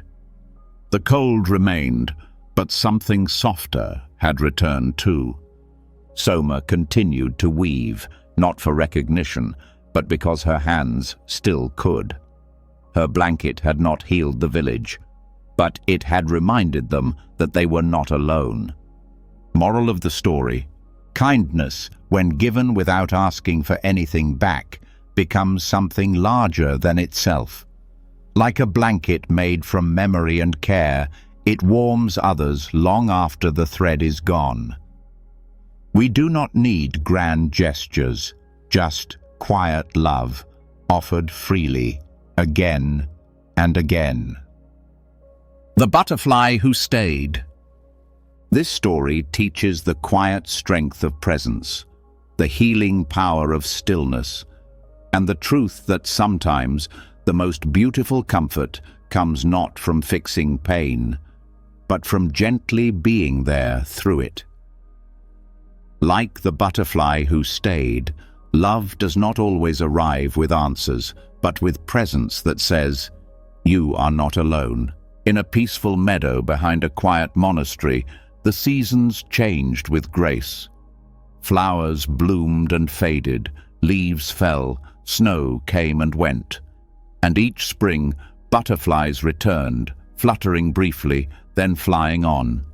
They never lingered, always moving, always passing through. But one spring, a monk named Sona, gentle, kind, but burdened with grief, sat in the garden longer than usual. His brother had passed away far too young, and even though months had gone by, the pain remained close, like a shadow that wouldn't leave. He no longer smiled. He spoke softly, but without spirit. He did his duties, but with no joy. His heart was not angry. It was just tired. One morning, as he sat under a cherry tree in full bloom, a small yellow butterfly landed on his knee. He expected it to fly away, like they always did. But it didn't. It stayed. He watched it, surprised by its stillness. A minute passed, then two. Its wings moved slowly, gently, like breathing. It was so light, yet its presence felt heavy with meaning. It did nothing but stay. The next day, it returned. Again, it landed on him, this time on his shoulder. And again, it stayed. It didn't move with the wind or follow the scent of flowers. It simply rested. For a week, the butterfly came each morning, always to the same place, always silent, always near. Sona began to speak to it, not out loud, but with his heart. He spoke of missing his brother, of the guilt he carried for not saying enough, for not being able to save him, and through it all, the butterfly never left. One day, Sona sat with tears in his eyes, and for the first time in many months, he whispered, "It's okay now." The next morning, the butterfly didn't return, but the monk felt something new in its absence, not loss, but peace, not sorrow, but a soft warmth in his chest. Moral of the story: sometimes healing does not come through answers or change, it comes through presence. Like the butterfly who stayed, love asks nothing, but gives everything, just by being near. In stillness, in silence, healing begins. The thread of a thoughtless day. This story reveals how even in moments of carelessness, something beautiful can unfold. It teaches us that awareness begins not with perfection, but with noticing, how a single thread, when seen with new eyes, can lead us back to presence, softness, and peace. In the bustling city of Rajagaha, there lived a young tailor named Dev. His hands were skilled and his mind was fast. He could stitch a robe in half the time of others, and his shop was always busy. But Dev was rarely still. He worked while thinking of tomorrow. He walked while planning his next task. He even ate with a needle still tucked behind his ear. One day, the local monastery sent a quiet request for new robes. Dev agreed quickly, eager to finish them before the others. He measured the cloth, prepared his tools, and stitched with speed and pride. By sunset, the robe was complete, beautiful, neat, and done in record time. He folded it, pleased with his work, and sent it to the temple. That evening, as he sat to rest, he noticed a single thread on his lap, fine, golden, and unfamiliar. He brushed it off, but later he saw it again, on the floor, caught in his sleeve, wrapped around the chair leg. He laughed. "Persistent little thing," he said, but something about it stayed with him. Why had he not seen it before? Had he been sewing too fast? Had he missed something? The next morning, curiosity led him to the monastery. He asked the old monk if the robe had arrived well. The monk smiled, kind but quiet.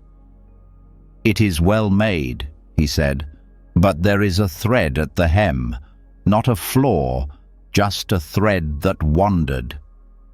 Dev's heart sank. It was the same thread, the one he hadn't noticed, the one that had followed him. "I was rushing," he admitted. "I wasn't really there." The monk nodded. "Then perhaps the thread came to bring you back." Dev didn't say much after that. He went home, not ashamed, but changed. He began to sew more slowly, to breathe between each stitch, to feel the cloth instead of conquering it. And sometimes, when he noticed himself hurrying again, he looked for the thread, because now he saw it as a gift. Moral of the story: awareness doesn't begin with knowing everything. It begins the moment we notice what we've missed. Like a stray thread on a thoughtless day, even our smallest mistakes can gently call us back to presence, if we're willing to see. The ocean's gentle refusal. This story teaches the wisdom of boundaries, the calm strength in saying no, and the quiet reminder that peace does not come from pleasing everyone, but from staying true to what is right. Like the ocean that gently refuses, we too can hold our ground without anger, without fear, and without losing our kindness. Long ago, on a wide stretch of coast, where the waves met the sand in quiet rhythm, there was a small village that depended on the sea. The ocean gave fish, salt, and wind for their boats. It was loved and respected. People offered prayers at sunrise, and children grew up hearing lullabies made from the sound of waves. But as the village grew, so did its demands. Boats went farther, nets grew heavier, and one year, when the harvests on land failed, the villagers turned desperately to the sea. They built machines to pull more fish, dug deep into the sand, poured waste into the water without thought. "The ocean is endless," they said. "It will forgive." And for a while, the sea gave and gave, until one day, it stopped. The waves no longer reached the shore. The tides pulled back and did not return. The boats floated on still water, unmoving. The ocean was not angry. It did not roar or rise. It simply refused, calmly, completely. The villagers panicked. Some blamed the wind, others blamed each other. But one old woman walked to the shore, barefoot and quiet. She sat and listened, and then she bowed. "She is not punishing us," the woman said. "She is reminding us." The ocean had not turned cruel. It had only become still. It was not destruction. It was a pause, a moment of truth. The villagers began to change. They stopped their machines. They cleaned the waste. They fished less. They gave back. And after many months, the waves returned. Slowly, softly, as if to say, "I am here, but I will not be taken for granted." From that day on, the people learned to ask with care and receive with gratitude.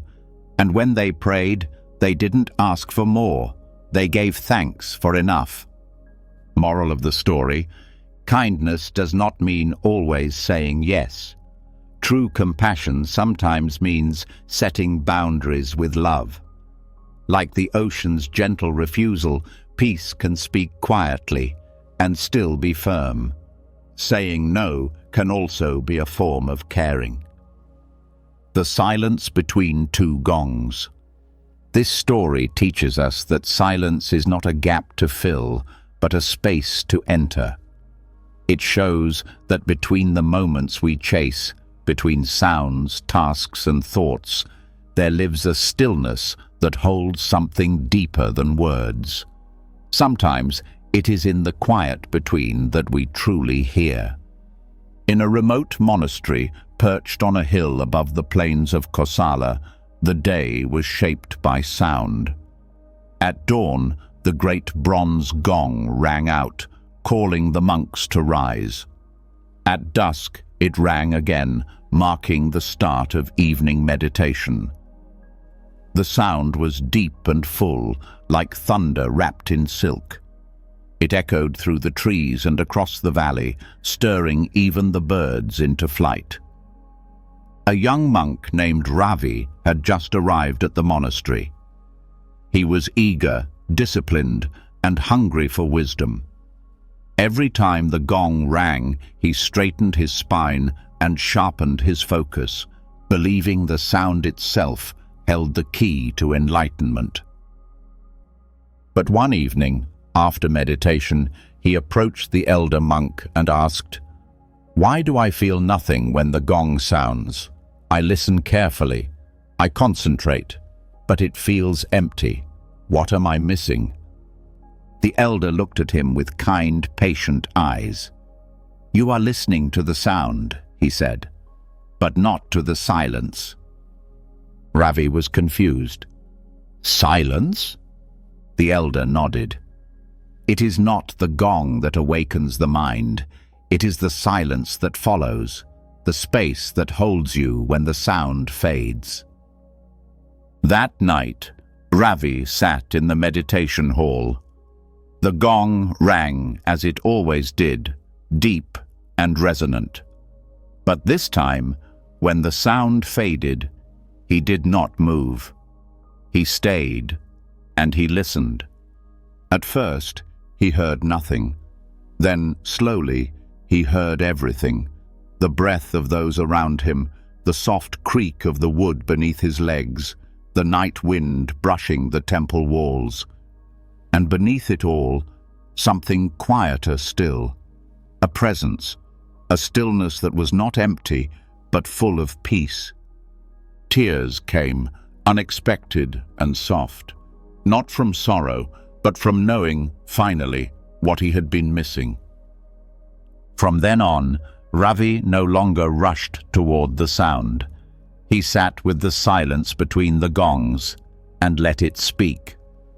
Moral of the story: silence is not absence, It is presence without noise.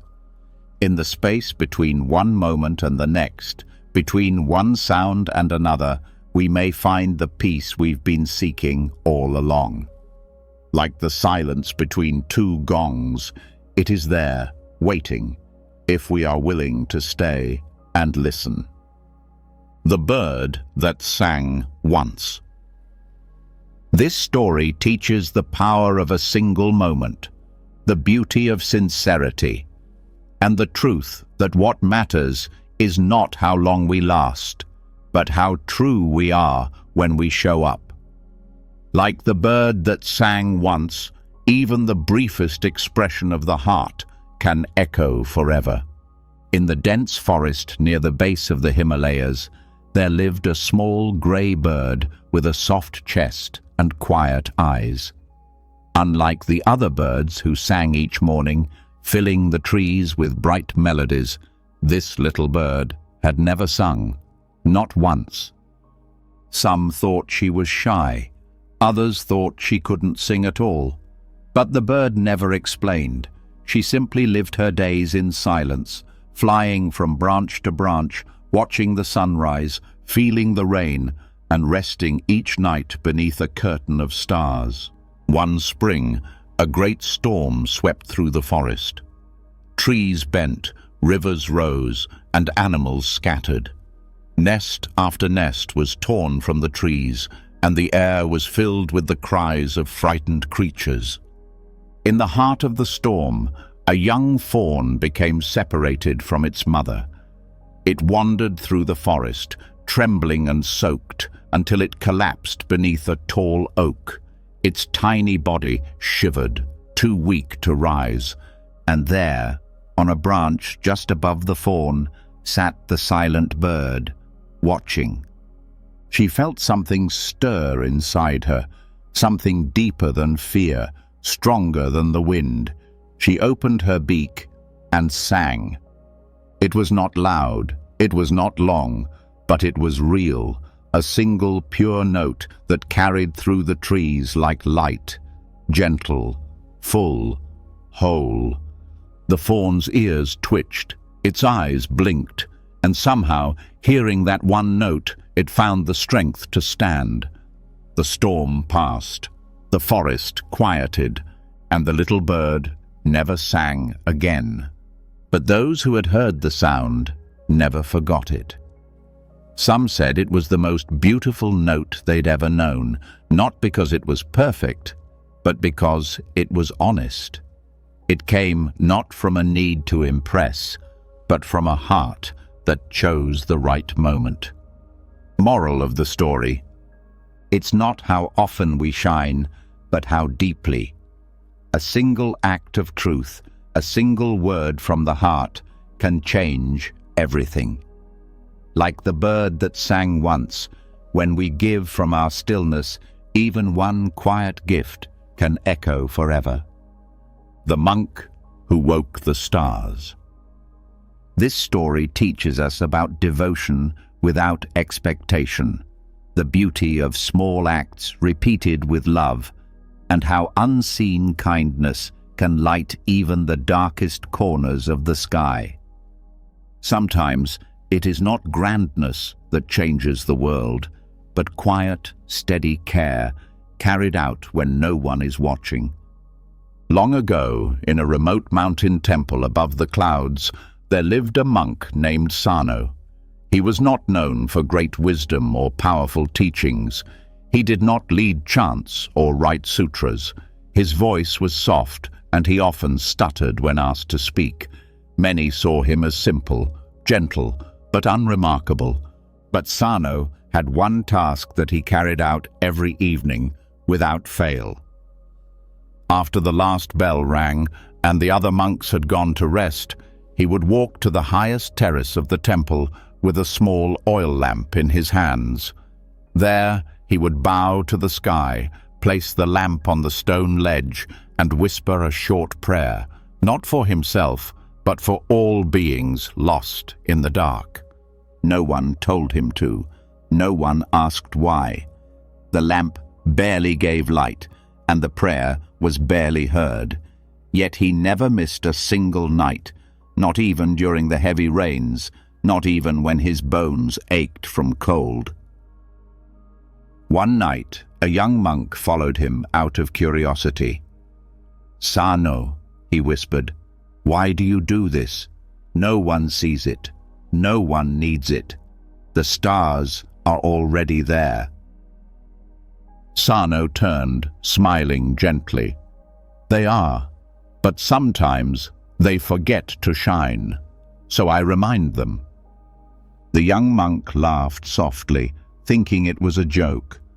But when he looked into Sano's face, he saw no foolishness, only deep love. That night, for reasons no one could explain, the sky above the temple blazed with stars so bright and clear they lit the mountains like silver fire. The monks stood in silence, breathless, as if something ancient had awakened. Sano said nothing. He simply bowed, turned, and made his way to bed. Moral of the story: acts done in silence, in love, and without need for praise carry their own quiet power. Like the monk who lit a lamp for stars, we may never know how far our kindness reaches, but the sky remembers, and sometimes it shines back. A rain of compassion. This story teaches the gentle strength of empathy, the healing that flows from kindness, and the quiet truth that even the softest acts of care can touch hearts we do not see. Like the rain that falls on all without choosing, compassion does not ask who deserves it, it simply gives. In a dry, cracked valley where nothing had bloomed in years, a small village struggled through another season without rain. Crops wilted, wells ran dry, tempers grew short, and hearts heavy. People grew tired, not only in their bodies, but in their spirits. There was not enough, and everyone felt it. One day, a quiet traveler arrived. She carried no belongings, only a small flask of water and a worn prayer cloth. The villagers barely noticed her, just another wanderer passing through a land that had little to offer. But instead of moving on, she stayed. She sat in the square, day after day, saying nothing. She helped where she could, lifting buckets, patching roofs, comforting children. When someone shouted at her, she bowed. When someone cried, she listened. When someone gave her nothing, she still offered a smile. One boy asked, "Why are you kind to those who don't even see you?" The traveler looked up at the dusty sky and said, "Does the rain ask who is worthy before it falls?" The boy didn't understand, not fully, but he followed her. He carried water with her. He began to notice the way people changed when she was near, less arguing, softer voices, eyes that began to meet again, even with pain still present. Then, one morning, the sky broke open. Rain, soft, slow, steady rain. The villagers ran outside, laughing, weeping, arms raised. The earth drank deeply. Dust turned to soil. Seeds remembered how to grow. No one knew what had changed, only that something had. And when they turned to find the traveler, she was gone. No one had seen her leave.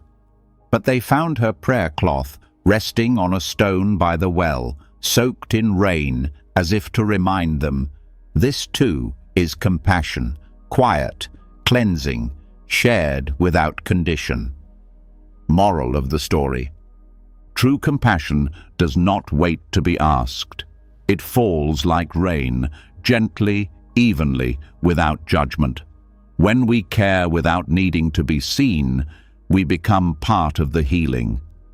One soft act of love can awaken an entire field of life. The teacup with a crack. This story teaches us that brokenness is not the end of beauty, but the beginning of truth. Through the simple image of a cracked teacup, we learn that our flaws do not lessen our worth. Instead, they often become the very places where love, light, and peace are able to enter. In a quiet village, nestled in the misty hills of Sri Lanka, there was a small tea house run by an old woman named Lani. Her tea house was humble, but people came from far and wide to sit at her table. They said her tea soothed not just the body, but the soul. Lani had many cups, each one different, some plain, some hand-painted, some smooth, some chipped. But there was one cup she used every morning for herself. It was white with a soft blue rim and a long visible crack running down the side. A traveler once noticed it as she poured tea and asked, "Why do you use that one when you have so many others? Isn't it broken?" Lani smiled and set the pot down gently. "It is cracked," she said, "but it still holds tea, and that is enough." The traveler looked confused. "But it's not perfect." Lani nodded. "Exactly, which is why it reminds me to slow down." She explained that she had once dropped the cup many years ago. At first, she had set it aside, ashamed of the crack. But one morning, while the rain fell outside and her thoughts felt too heavy to carry, she chose the broken cup without thinking. She filled it with warm tea and held it close. And to her surprise, it didn't leak. It held everything she gave it. "And so," she said softly, "I kept using it, not in spite of the crack, but because of it.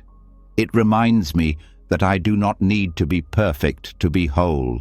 I do not need to be flawless to be of use. And when I feel broken inside, I remember this cup and we can still hold warmth." The traveler said nothing, only drank slowly, as if the tea tasted a little deeper that day. Moral of the story: what is cracked is not always ruined. Like the teacup with a crack, we may carry old wounds, but they do not take away our worth. Often, they are what make us real, what allow us to offer warmth to others and to ourselves. The smile left on the cushion. This story teaches the quiet joy of presence, the lasting echo of kindness, and the gentle truth that we never know how deeply our peace may touch others. Like the smile left on the cushion, our calm presence can remain long after we've gone, silently comforting those who follow. In a simple meditation hall tucked into the cliffs above Anuradhapura, monks gathered each morning to sit in stillness. They came not to escape the world, but to be fully with it, to feel the breath, to return to the body, to remember the quiet. Among them was an elderly monk named Sumedho, whose silence carried more warmth than most words. He never led chants, never gave talks, but his presence was felt. He moved slowly, bowed deeply, and smiled, not out of duty, but from something soft within him, something settled. He always sat on the same cushion, worn and faded, in the corner by the open window. When others were restless, his stillness steadied them. When someone arrived late and flustered, one look from Sumedho calmed the breath. Then, one morning, he didn't come. The hall filled as usual, but his corner remained empty. The monks waited, uncertain. Then the head monk entered, bowed low, and said, "Sumedho has passed in the night, in his sleep, peacefully." A hush spread through the room like a soft wind. Some wept, some closed their eyes, but no one moved. They all looked to the cushion. And then someone noticed something strange. A smile. Not on a face, but in the air itself. A feeling, warm, light, unmistakable, rested gently in that space. The cushion, though empty, seemed to hold something of him still. Not his body, not his breath, but the peace he had practiced day after day had not disappeared. It had stayed. The monks continued their sitting, and even in their grief there was gratitude, for they had seen what a lifetime of quiet presence could leave behind. Not fame, not teachings written in stone, but a trace of stillness, a lasting smile in the heart of the room. Years later, young novices would still choose that cushion, not knowing why, but they always said it felt easier to breathe there. Moral of the story: the peace we cultivate in ourselves becomes a gift we leave behind. Even when we are gone, our presence can remain, like a smile left on the cushion, offering comfort without a single word. The fox who forgot to hurry. This story teaches us the quiet joy of slowing down, the peace found in presence, and how sometimes forgetting to rush is the best thing we can do. Through the journey of a small fox, we are reminded that life is not meant to be chased. It is meant to be lived, moment by moment. In the soft, golden forests beyond the edge of a silent village, there lived a young fox named Nico. From the time he was small, he was always in motion, racing through the trees, darting between shadows, chasing wind and birds and time itself. The other animals admired his speed. "Fast feet, fast mind," they said. "He'll never fall behind." But Nico was always tired. Though he moved quickly, he never felt like he arrived. Each morning, he woke with a list in his head: where to run, what to catch, what to avoid. His heart beat fast, and so did his days. One morning, as he leapt from one mossy rock to another, something unusual happened. He forgot where he was running. He paused, blinking. The forest around him was still. The trees whispered gently. A shaft of sunlight fell across his fur, and for the first time, Nico did not move. He sat. He looked around, confused at first, then curious. He saw the shape of the leaves, the way the mist touched the ground, the soft curve of a fallen branch. He listened to a bird's song, not to chase it, but just to hear it. Minutes passed, like water. He did not count them. When an old turtle came slowly walking by, Nico asked, "Is something wrong with me? I stopped running. I forgot to hurry." The turtle smiled without stopping. "That is not forgetting," he said. "That is remembering." "Remembering what?" "That you are already here." The words settled into Nico's chest like warm sun. He followed the turtle for a while, not to be fast, but to be near something that moved with peace. That night, Nico didn't fall asleep exhausted. He simply closed his eyes, breathing slowly, the sound of the forest still in his ears.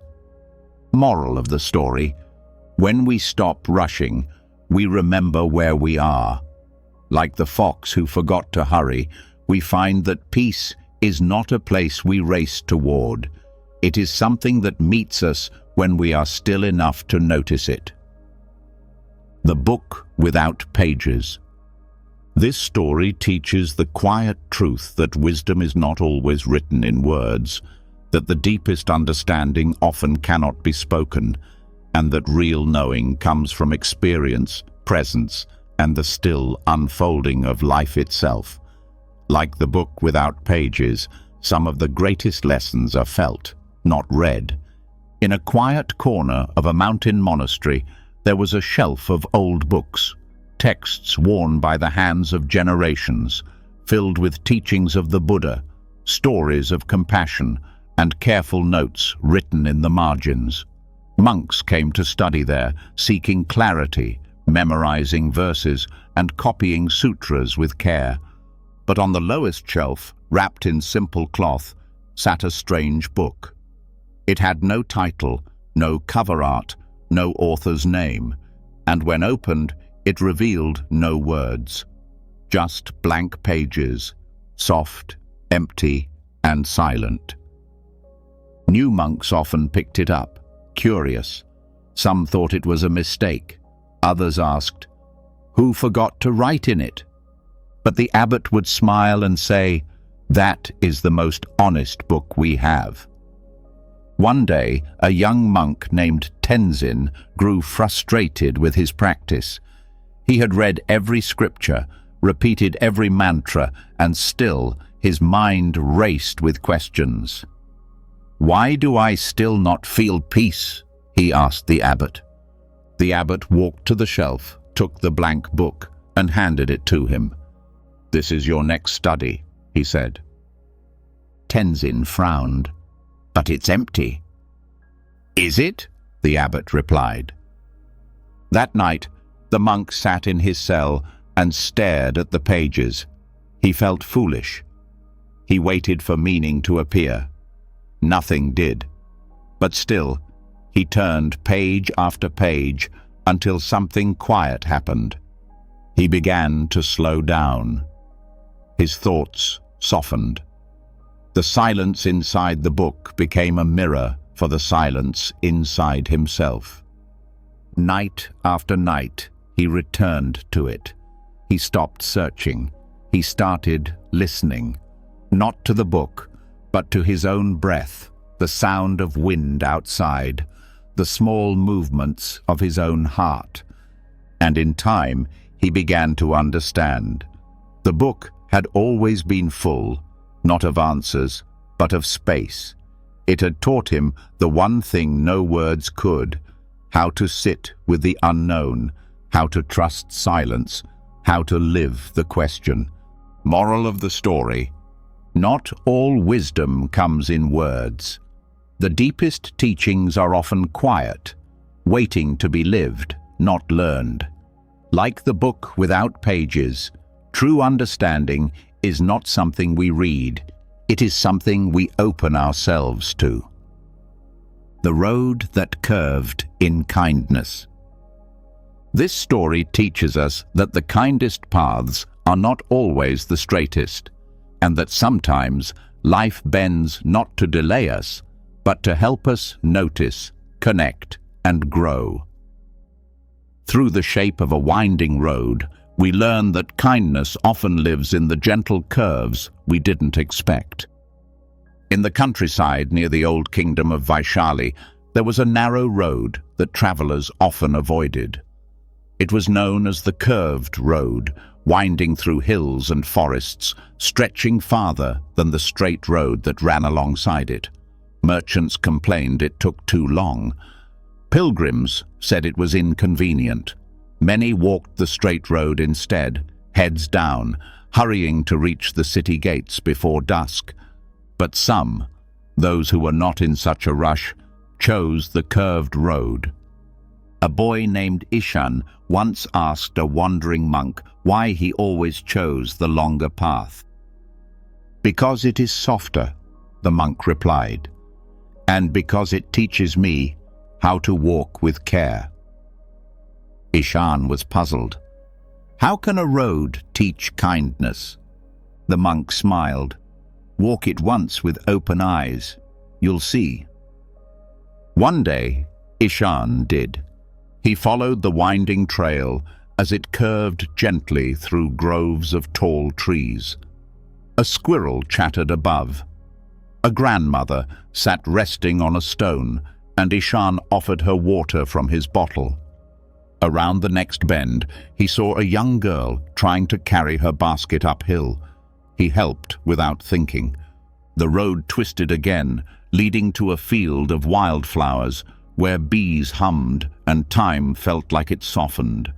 A dog limped along behind him, and Ishan slowed his pace so it could keep up.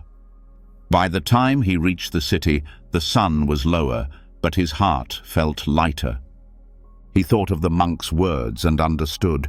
The straight road had speed, but the curved road had stories. The straight road passed people, but the curved one brought them together. It had made him look, listen, and give, not because he planned to, but because the road made room for it. Moral of the story: not every path should be rushed. Some roads are made to slow us down so we can open our hearts. Like the road that curved in kindness, life often bends not to delay us, but to teach us how to walk with others gently, step by step. The lantern hidden in snow. This story teaches the quiet light of inner guidance, the strength of hope in dark times, and the gentle truth that even when everything seems buried or lost, the flame within us still burns, waiting to be uncovered, never truly gone. Like the lantern hidden in snow, our light may dim, but it never disappears. In the far northern mountains, where winter stretches long and silent, a small temple stood on a ridge overlooking the White Valley. Each evening, a lantern was lit and placed in the window, a soft golden glow to guide travelers through the snow. No matter how harsh the wind or thick the cold, the monks never failed to light it. But one night, a great storm came, fierce and sudden. Snow fell without rest, drifts climbed the walls, and the wind howled like a voice from the sky. The monks huddled inside, listening. That night, for the first time in many years, no one lit the lantern. It was buried, forgotten under layers of ice. At the same time, a lost traveler wandered below the ridge. Exhausted, half frozen, he had been walking for hours. He looked for the light he had heard about, the glow that told of safety. But all he saw was white, endless, empty, silent. Falling to his knees, he whispered, "There is no light left." But in the temple above, an old monk awoke suddenly. He did not know why. He only felt something stir in his chest, a quiet pull, like a memory calling from deep within. Without speaking, he wrapped himself in his robe and stepped into the storm. He walked slowly, carefully, toward the window, and there, beneath a thick crust of snow, he found the lantern. He cleared it gently with his hands, shivering, and lit it again with shaking fingers. Far below, the traveler saw a faint glow appear through the storm. He stood. He moved toward it. Step by step, the light pulled him forward, not with force, but with faith. By the time he reached the gate, he had tears frozen to his cheeks, but he was alive. He never forgot the warmth of that lantern, and neither did the monks. From that night on, they said, "The light is always there, even when we cannot see it, even when we forget it. It waits." Moral of the story: even when buried by fear, grief, or doubt, the light within us is never gone. Like a lantern hidden in snow, it only needs to be uncovered, and its glow, however small, can guide someone home. The village that slept together. This story teaches us the quiet magic of unity, the peace that grows when people move with the same rhythm, and the deep rest that comes not just from sleep, but from feeling safe, connected, and never alone. Sometimes, healing is not found in silence, but in the presence of others who choose stillness too. In the lush green hills of a distant province, there was a small village called Ananda. It had no walls, no guards, and no temple bell. What it did have was a tradition passed down through generations. Each night when the stars rose, the entire village went to sleep together. At sunset, the children were gathered from the fields, the lanterns were gently dimmed, and the soft sound of a flute played by the elder drifted through the winding streets. No one stayed awake to finish one more task. No one lit their fire longer than needed. Even the animals seemed to understand. People said it began long ago, when the village faced a season of deep fear. Crops were failing, and the nights felt cold and uncertain. Sleep became restless. Worry spread like wind. So one elder made a simple suggestion. Let us rest together, so no one feels alone in the dark. And so they did. Years passed, fears faded, but the custom remained. Travelers who came through the village were always surprised. "How do you do it?" they asked. "How do you all sleep at the same time, so peacefully?" An old woman would smile and say, "Because we choose not to carry the world alone." In the evening hours, the village grew quiet, not from emptiness, but from shared trust. The silence was full, like a blanket pulled over everyone at once. It wasn't about the sleep itself, it was about the agreement, the unspoken vow. We rest, and in that rest, we hold each other. One night, a lost merchant stumbled into the village after dark. The doors were shut, the lights were low, but a boy saw him and left a blanket at the gate. In the morning, the merchant wept. "I didn't know peace like this still existed," he said. "The whole world sleeping together." Moral of the story: there is great peace in shared stillness. When we rest, not only for ourselves, but with and for one another, fear softens. Like the village that slept together, we remember. True safety comes not just from walls, but from hearts that choose rest together. The whisper of a fallen petal. This story teaches the quiet beauty of impermanence, the grace found in letting go, and the gentle truth that even the softest ending carries meaning. Like the whisper of a fallen petal, not all things must last to be complete. Some simply bloom, fall, and offer peace in their passing. In the heart of a monastery garden, there grew a cherry blossom tree that bloomed for only a few short days each spring. Its petals were soft as breath, pale as moonlight, and beloved by all who walked beneath them. The monks would often pause during their chores just to stand in its shade, watching as the blossoms danced with the wind. A young novice named Ren would visit the tree every day. He admired its delicate beauty and longed for the blossoms to stay. "Why must they fall so quickly?" he asked the elder monk beside him. "It feels unfair that something so beautiful doesn't last." The elder monk simply smiled and said, "Come back tomorrow." The next day, Ren returned to find one petal drifting down from the highest branch.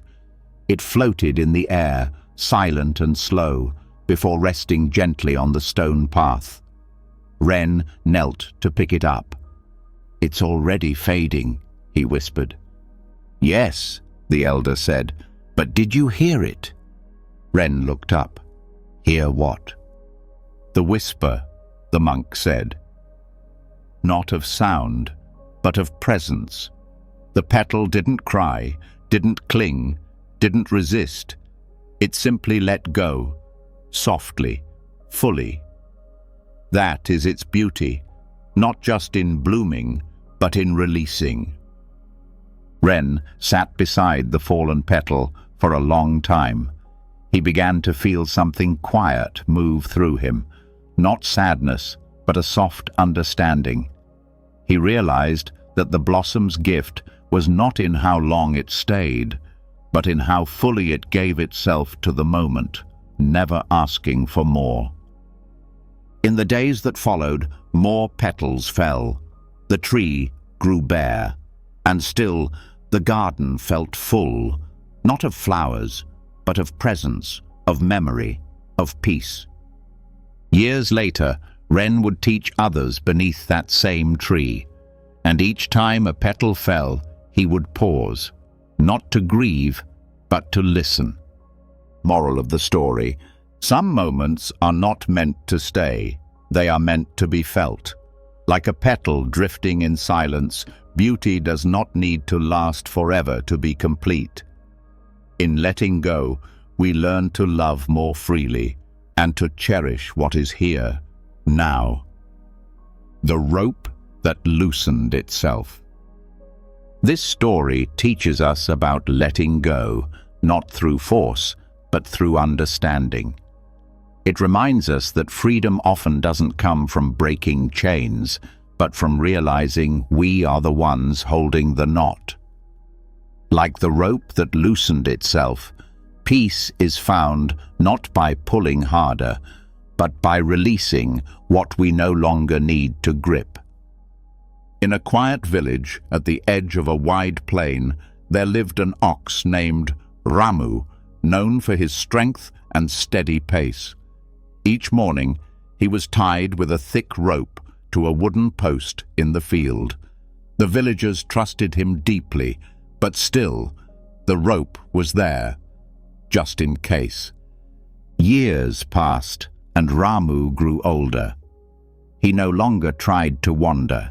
He simply stood in the same place, staring at the mountains beyond the plain.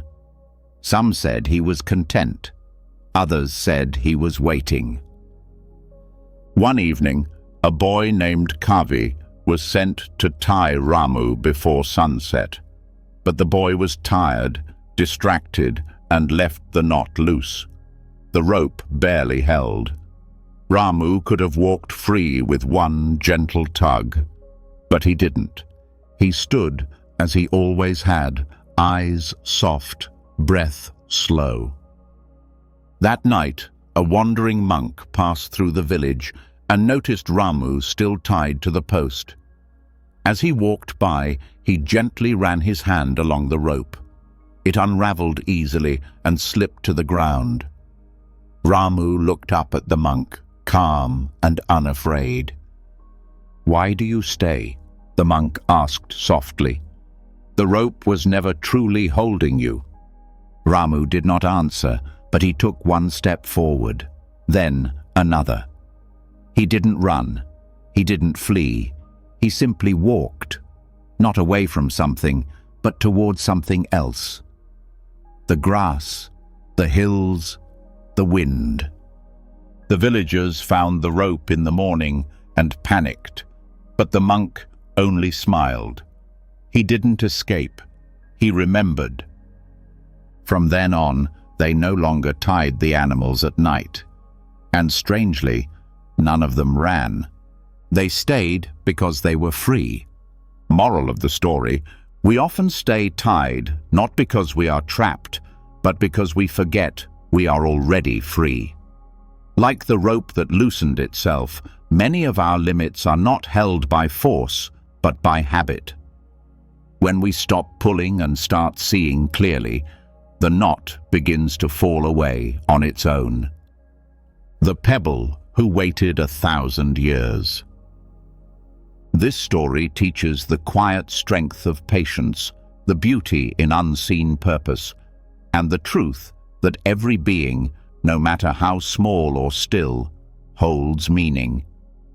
Like the pebble who waited 1,000 years, we learn that sometimes life's greatest moments come not through movement, but through deep, steady presence. At the edge of a vast river, where the water flowed endlessly toward the sea, there sat a small, round pebble. It was not special to look at, just smooth and grey, worn by time and tide. It had been there for longer than anyone could remember, Birds flew past, fish leapt through the currents, trees bloomed and withered in their seasons, but the pebble never moved. The world around it changed 1,000 times. The river carved new paths. Generations of people came to bathe, to pray, to wash their clothes and their sorrows. Children stepped on the pebble without noticing. Monks passed it by in silence. But the pebble waited, not with longing, not with boredom. It simply was. One day, a weary traveler came to the river. His heart was heavy with failure. He had wandered for years, searching for meaning, climbing mountains, listening to teachings, reading sacred texts, but still felt empty. He sat on the bank, dropped his pack, and looked down. There, half sunken in the mud, was the small pebble. Something about it drew him in. He picked it up. It was cool, smooth, perfectly shaped. Not because it had tried to be, but because it had endured. Because it had stayed through storms, floods, footsteps, and silence. And yet, it had not hardened. It had not broken. It had simply become itself. The traveler wept. He understood then that his journey didn't need to be far or loud or grand. That sometimes the deepest truth is not discovered through action, but revealed in stillness. He carried the pebble to a nearby temple and placed it on the altar, not as a sacred object, but as a reminder. The monks asked, "Why this pebble?" He smiled and said, "Because it waited." Moral of the story: not all meaning comes through motion. Some things are shaped by time, by presence, by simply being. Like the pebble who waited 1,000 years, we too can find peace not in rushing, but in trusting that who we are becomes enough, if we are willing to stay. The mountain who let the wind pass. This story teaches the deep strength of allowing rather than resisting. It shows that true peace is not in fighting what comes, but in standing steady while letting it move through. Like the mountain that let the wind pass, we too can learn to remain grounded without needing to push back against every storm. High above the plains, where the sky stretched wide and the stars felt close enough to touch, there lived a mountain named Samatha. It was not the tallest peak, but it was the oldest. Its slopes were smooth in places, jagged in others. Moss grew on its eastern side, and snow slept on its peak like a soft crown. The winds loved Samatha. They raced across its sides, howled through its trees, and played in its hidden caves. Some days the winds were gentle, like songs whispered from the heavens. But other days they came angry, wild, cold, full of broken things. One such day, a sharp, restless wind came tearing through the range. It slammed into the younger mountains, stirring avalanches and tearing trees from the ground. Birds fled, branches cracked. Even the rivers seemed to hide beneath their own ice. But when the wind reached Samatha, it stopped, confused. The mountain didn't fight. It didn't try to block the wind or break its path.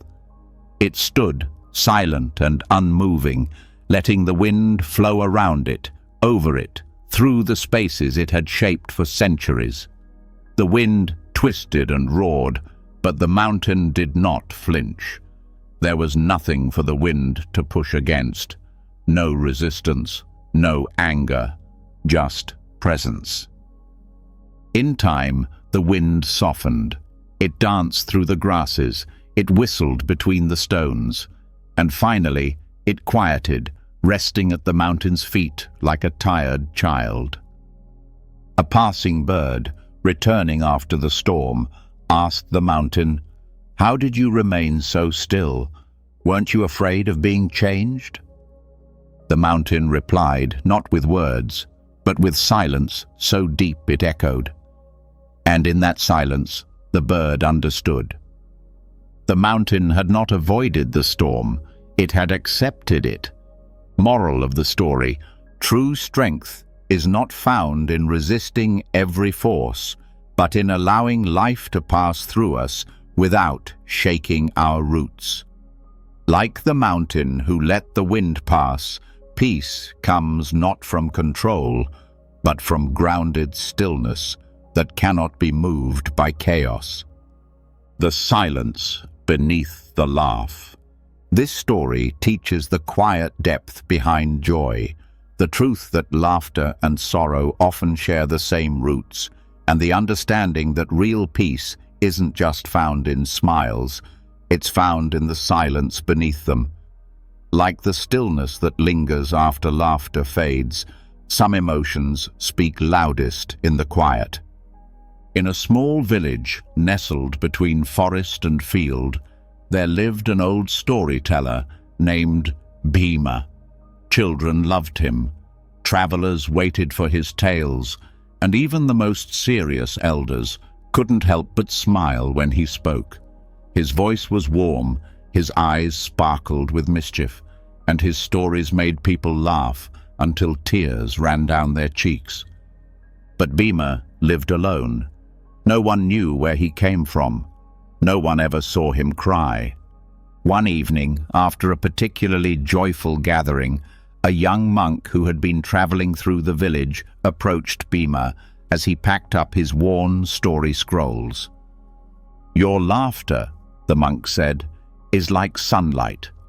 But when the stories end, I feel something else in the air, something quiet. What is it?" Bhima looked at him for a long time and then smiled, but softer than before. "I laugh," he said, "not because life is always easy. I laugh because it helps me breathe through what hurts." He motioned for the monk to sit beside him under a tree. The night air was cool, the stars like tiny lamps above. "There was a time," Bhima whispered, "when I could not speak at all. My grief held my throat like a fist. I lost my family to sickness in a single season. I wandered, silent, heavy, lost. Then one day, I heard a child laugh, just a silly sudden sound, and something broke open inside me. Not because the pain vanished, but because I remembered what it meant to feel alive." Since then, Bhima told stories. He made people laugh, not to forget suffering, but to walk with it more gently. "But always," he said, "when the laughter fades, I let the silence come. That silence is where the healing truly lives." The monk closed his eyes. He understood. The loudest healing wasn't in the laughter, it was in the quiet after, when the heart sat open, no longer hiding. Moral of the story: laughter can lift, but silence can hold. Behind every joy there may live a quiet ache, and beneath every ache a stillness full of peace. True healing comes when we allow both, the light of the laugh and the silence that follows. The gift with no giver. This story teaches us about selfless giving, the kind that asks for nothing in return, not even recognition. It reminds us that the purest gifts often come from those who expect no reward, no praise, not even to be known. Like a gift with no giver, love at its highest form is quiet, anonymous, and free. In the town of Sarnath, where temples rose like petals of stone and lanterns lined the narrow streets, there was a quiet mystery known by all but solved by none. Each morning, at the first light of dawn, small offerings appeared outside the doors of those in need. Sometimes it was a bundle of rice, sometimes a warm shawl, neatly folded. Once, a bag of medicine appeared at the doorstep of an old healer who had fallen ill. The people began calling them the gifts with no giver. There were no notes, no symbols, no footprints left behind. Only the gift, placed with care. The villagers speculated. Perhaps a wealthy monk, a merchant repenting for past greed, a spirit, a child. But no one ever saw anything. A boy named Nilo, whose father had gone blind, received a warm blanket on the coldest night of the year. He wrapped it around his father and whispered, "I want to find the giver and thank them." So he stayed awake that night, eyes wide, heart open, but he drifted into sleep just before dawn. When he awoke, there was bread and fruit waiting on the step. He had missed them again. In frustration, he visited the village temple. "Why do they hide?" he asked the old nun, sweeping the courtyard. She paused, leaned on her broom and said, "Perhaps they do not wish to be thanked. Perhaps the giving is their thanks." Nilo frowned. "But don't they want to be known?"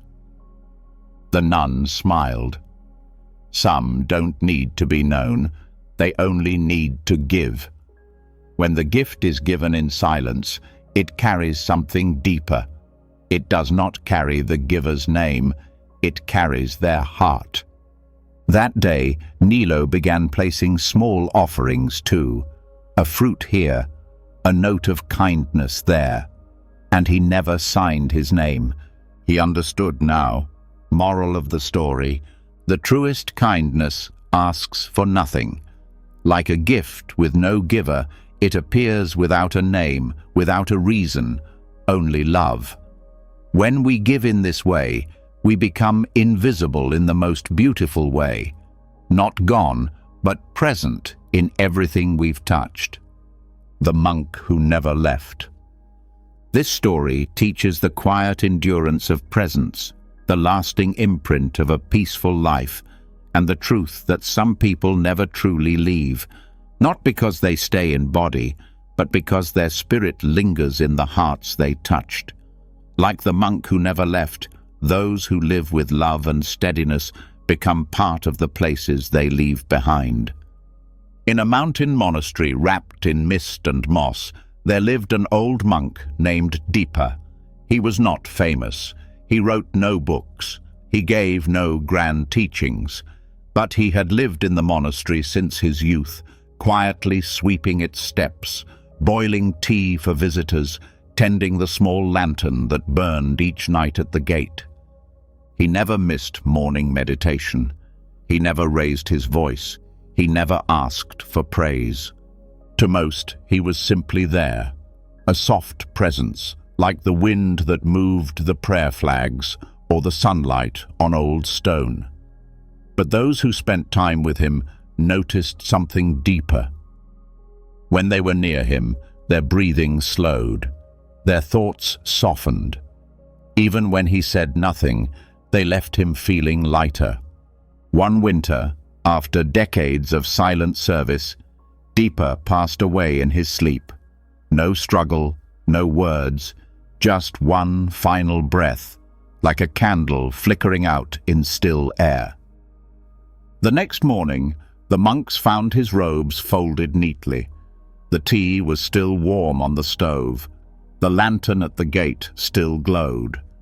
They buried him by the old Bodhi tree and returned to their lives. But something had changed. When they sat in the meditation hall, it felt warmer. When they passed the gate at night, they swore they could still see him tending the lantern. And when new novices arrived, many said the same thing. "I feel like someone is watching over this place." The head monk would only nod and say, "Yes." Deepa never really left. Years passed. The monastery changed, but deeper remained, not in body, but in rhythm. In the way monks lit the lamp each evening, in the quiet folding of robes, in the calm that filled the air, even in silence. His peace had soaked into the stone, into the wood, into the breath of the place.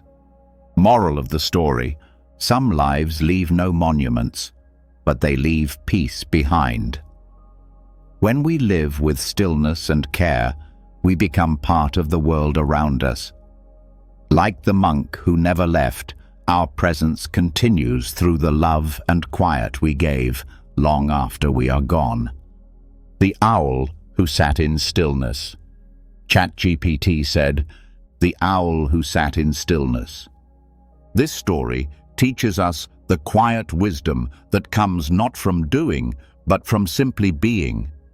It reminds us that clarity often comes when we stop searching and sit with the silence inside.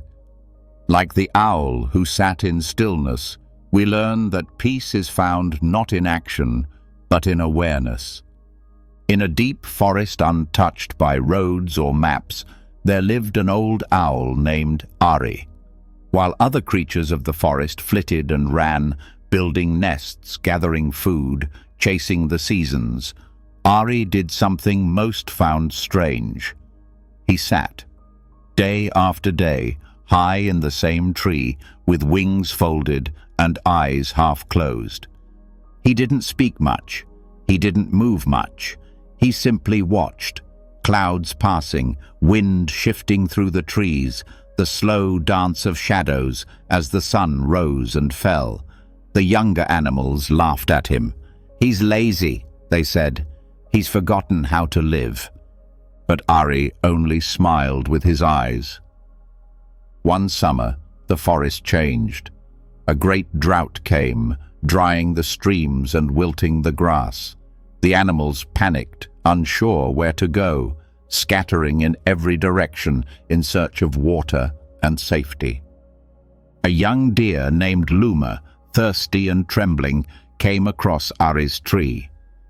"Why are you still here?" she asked. "Aren't you afraid?" Ari blinked slowly.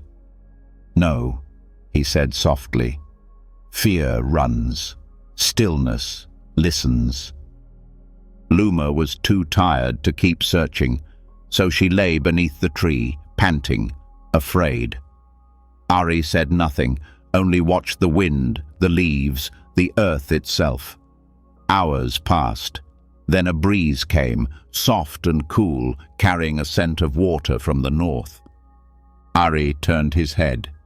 "Follow the wind," he said gently. "It always remembers where the water sleeps." Luma stood. She didn't ask how he knew. She simply followed. By morning, the animals who had run in panic were still lost. But those who had stayed close to Ari's tree, who had waited and listened, found a hidden spring just beyond the northern ridge. The forest survived, not by rushing, but by remembering to be still. Moral of the story: stillness is not the absence of life. It is the presence of deep knowing. Like the owl who sat in stillness, we discover that answers often come when we stop chasing and begin to listen, to the wind, to the world, and to ourselves. The dream that left no trace. This story teaches the quiet wisdom of impermanence, the peace found in non-attachment, and the deep truth that not everything needs to be held, understood, or remembered. Like a dream that vanishes with the morning light, some experiences are meant to pass through us, leaving no burden, only freedom. In a remote monastery where mist hugged the ground like a memory, a young monk named Samita was troubled by his mind. Each night he dreamed vividly of past lives, strange places, people he had never met but somehow loved. He would wake each morning confused, emotional, and grasping for meaning. "I feel like I am living two lives," he said to the elder monk, "one in waking, one in dreams, but I cannot hold on to either." The elder monk listened carefully, then said only this: "Come tomorrow before sunrise. I will take you to the top of the hill." The next morning, the two climbed in silence. The world was still dark, the stars fading as light began to stretch across the sky. They reached the summit just as the sun broke open the clouds, soft gold spreading over the land. The elder monk sat and closed his eyes. Samita sat beside him, waiting. The wind moved gently. Birds began to sing. Time passed. "Tell me," the elder monk said finally, without opening his eyes, "what did the stars look like an hour ago?" Samita blinked. "I don't remember exactly. I saw them, but now they're gone." "Do you miss them?" the monk asked. Samita shook his head. "No, they were beautiful, but they belonged to the night." The elder smiled. "And so do your dreams." He placed a hand over his heart and said, "Not all things are meant to be remembered. Some moments, some feelings, some visions come to move something inside us, not to be clung to, but to be witnessed, like stars that vanish, like breath that passes, like a dream that leaves no trace." That day, Samita began to treat his dreams not as puzzles to solve, but as clouds to watch. He learned to let them pass through him, touching gently, then gone. And with time, he felt lighter, awake both in night and day. Moral of the story: not everything that passes through us is meant to stay. Peace comes when we stop chasing meaning in every moment. Like the dream that left no trace, some things exist only to remind us how to let go, with grace. The day that walked backwards. This story teaches us that not all progress looks forward, and sometimes the only way to truly understand where we're going is to gently return to where we've been. Like a day that walked backwards, it reminds us that slowing down, retracing our steps, and remembering can be a form of healing, not of failure. In a quiet village nestled beside the wide arms of a river, there was a day no one could explain. It began like any other: roosters crowing, smoke rising from morning fires, children stretching in the warmth of dawn. But something felt different. The sun seemed to rise from the west. The leaves on the trees rustled in reverse. People stepped outside and noticed that the footprints they made disappeared behind them. Time, it seemed, was not moving forward. The day was walking backward. At first there was panic. Farmers ran to check their fields. Merchants rushed to gather their coins. Children tried to remember their lessons in reverse, and the bell at the village temple rang not once, but unrang itself, echoing silence where sound had been. But as the hours moved in reverse, something else began to happen. Something quiet and strangely kind. A man who had argued with his wife in the morning now found himself listening to her words before they were spoken. A young girl who had dropped her doll hours earlier now caught it gently before it fell. An old woman whose hands had trembled while lighting her lantern now watched the flame return to her matchstick, her smile rising before her worry. Even grief walked backward. At the riverbank, a mother who had wept for her lost son watched the moment of his parting return in soft motion. For a single breath, she held him again. Not to change the past, but to remember it clearly, lovingly. And as the sky darkened, from light to gold, from gold to blue, the villagers stopped trying to control the day.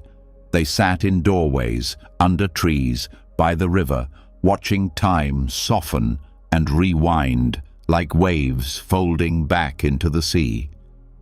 When morning returned again, truly forward this time, the world felt slower, softer, wiser.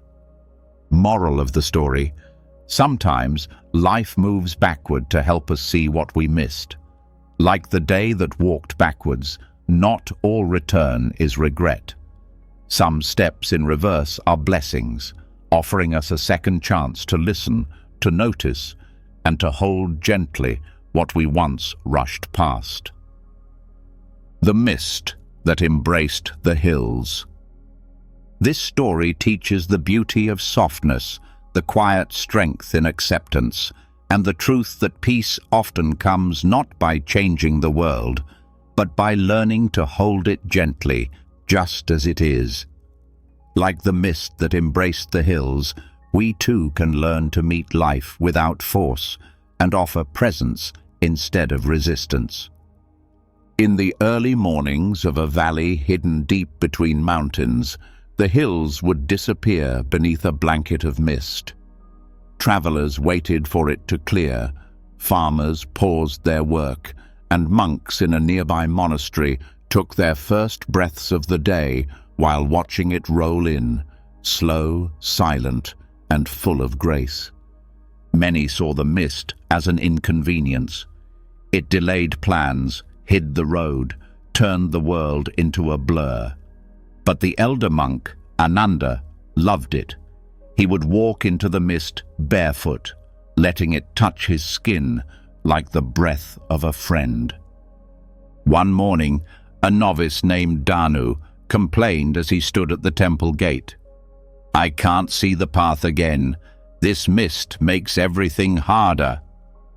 Ananda walked up beside him, smiling softly. "Maybe it's not here to blind you. Maybe it's here to show you something else." Danu frowned.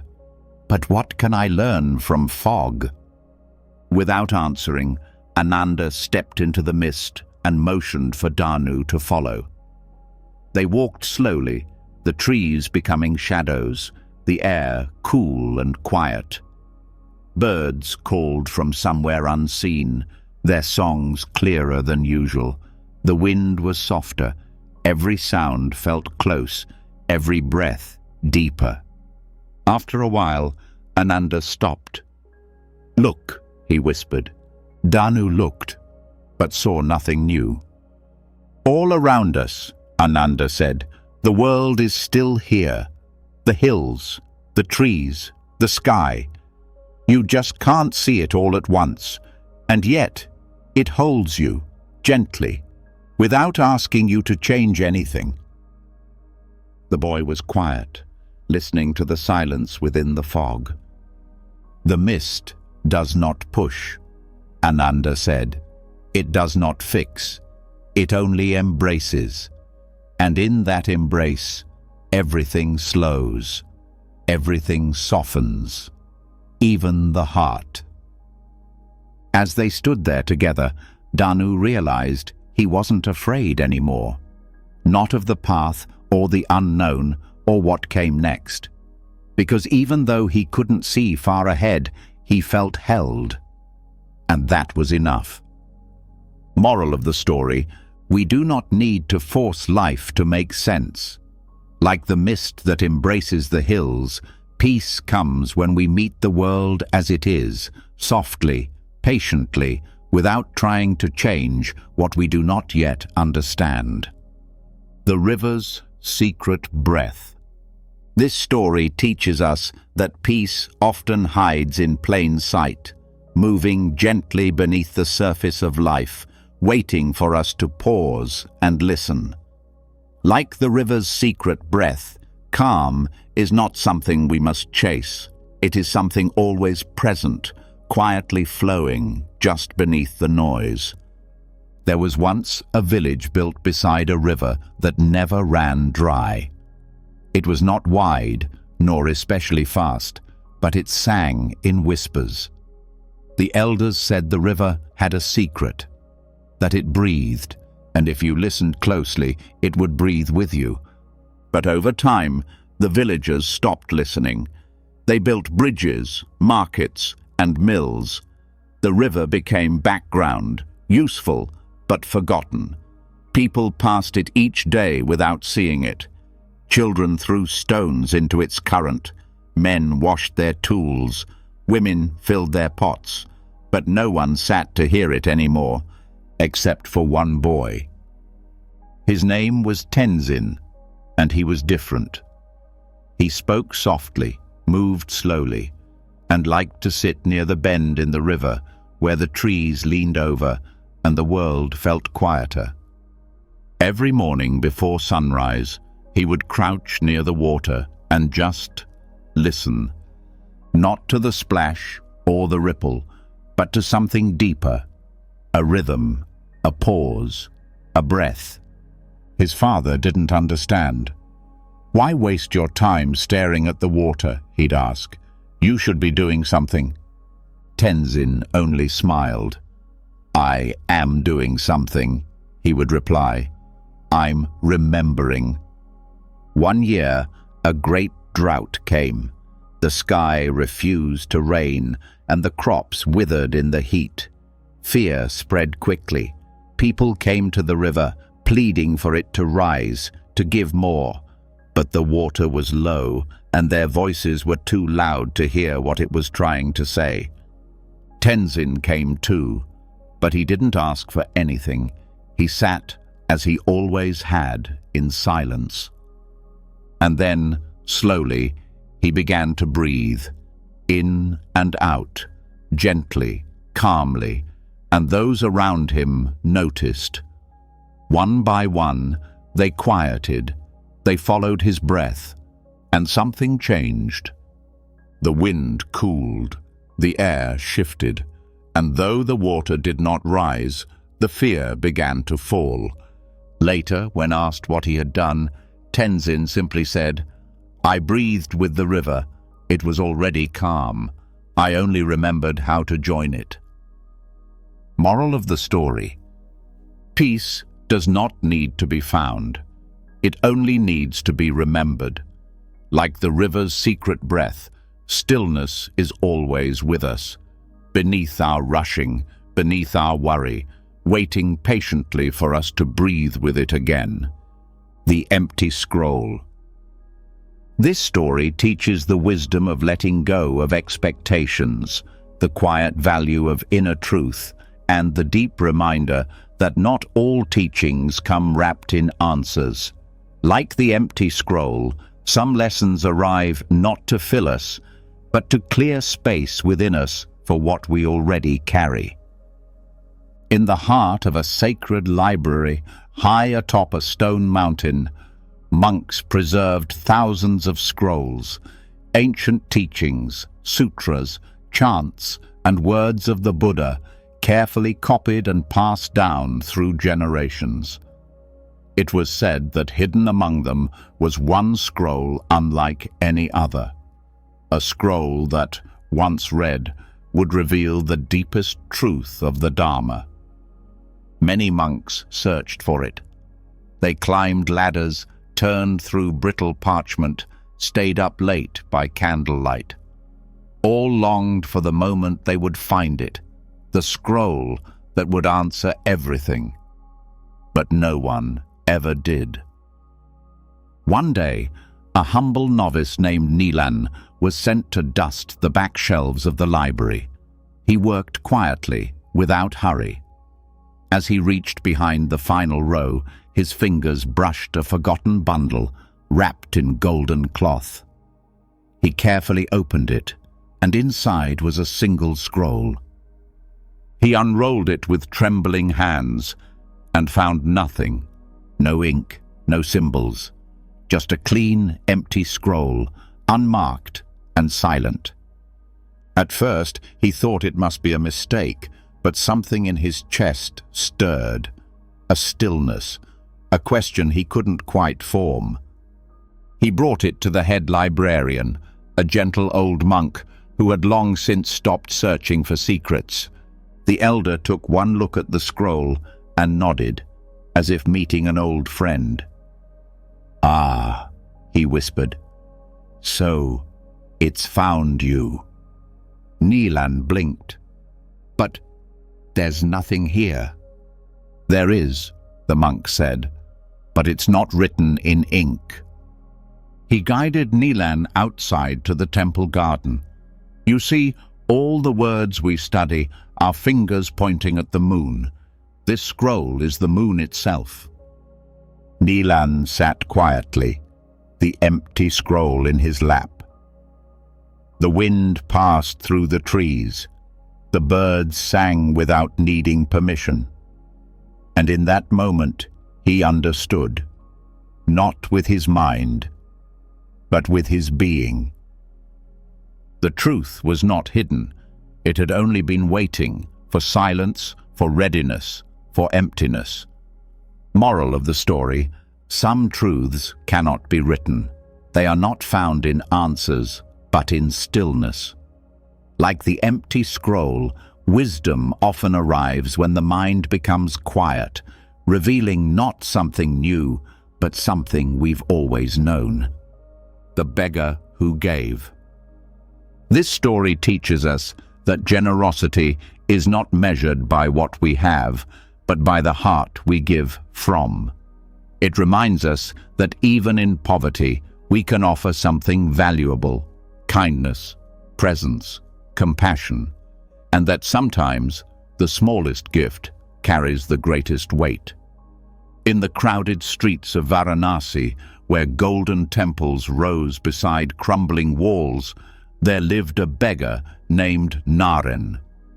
Each day he sat on the same stone step, bowl in hand, asking for coins, a piece of bread, anything that could keep him warm or full. Most passed him by. Some tossed him scraps without looking. A few nodded kindly, but did not stop. Naren never begged with bitterness. He smiled gently, thanked those who gave, blessed those who didn't. One winter day, a traveler arrived, cold, thin, and weary from his journey. He wore fine robes, but they were torn, and his hands trembled. He looked lost, not just on the street, but within himself. He sat beside Naren, exhausted. "I had wealth," he said, "but I lost it. I had family, but they are gone. I have nothing now, nothing left to give." Naren looked at the man, then at his own empty bowl. He reached into a fold in his robe and pulled out a dry piece of bread, his only food for the day. Without a word, he broke it in half and handed it to the traveler. The man stared, stunned. "But you are a beggar. Why would you give this to me?" Naren smiled, his eyes soft. "Because you forgot that you still have something to give, and I wanted you to remember." The two sat in silence, sharing the bread. It was not much, but it warmed them. Not just their bodies, but something deeper. The traveler wept, not from sadness, but from something else. The kind of grief that softens into gratitude. He left the city the next day, changed.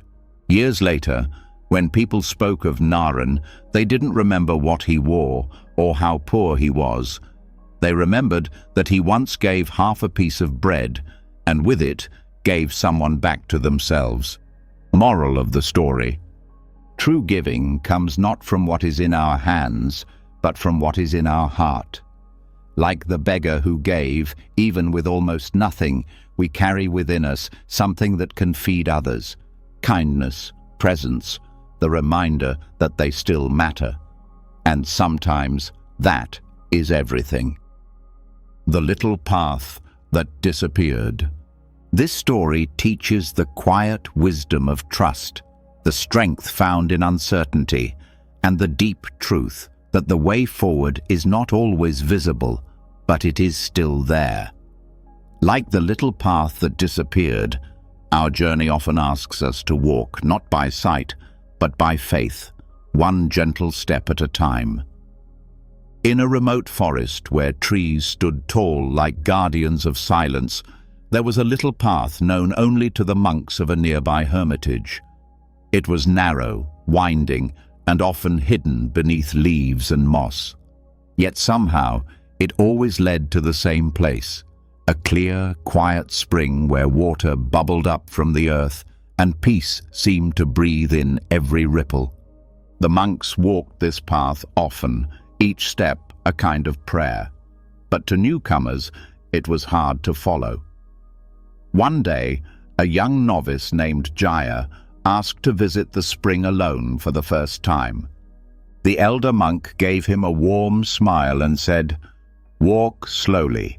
Trust your feet more than your eyes. The path knows."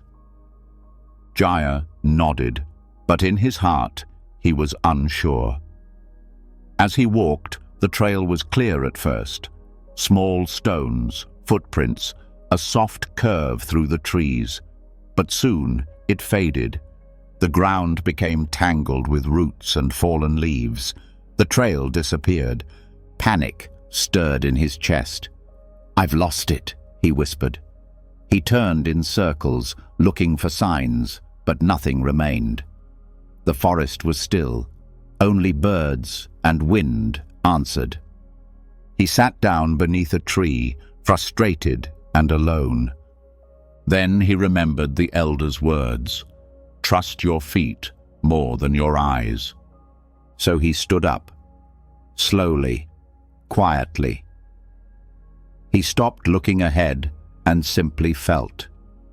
The cool soil beneath him, the rise and fall of the earth, the faint pull in his chest like a thread gently leading forward.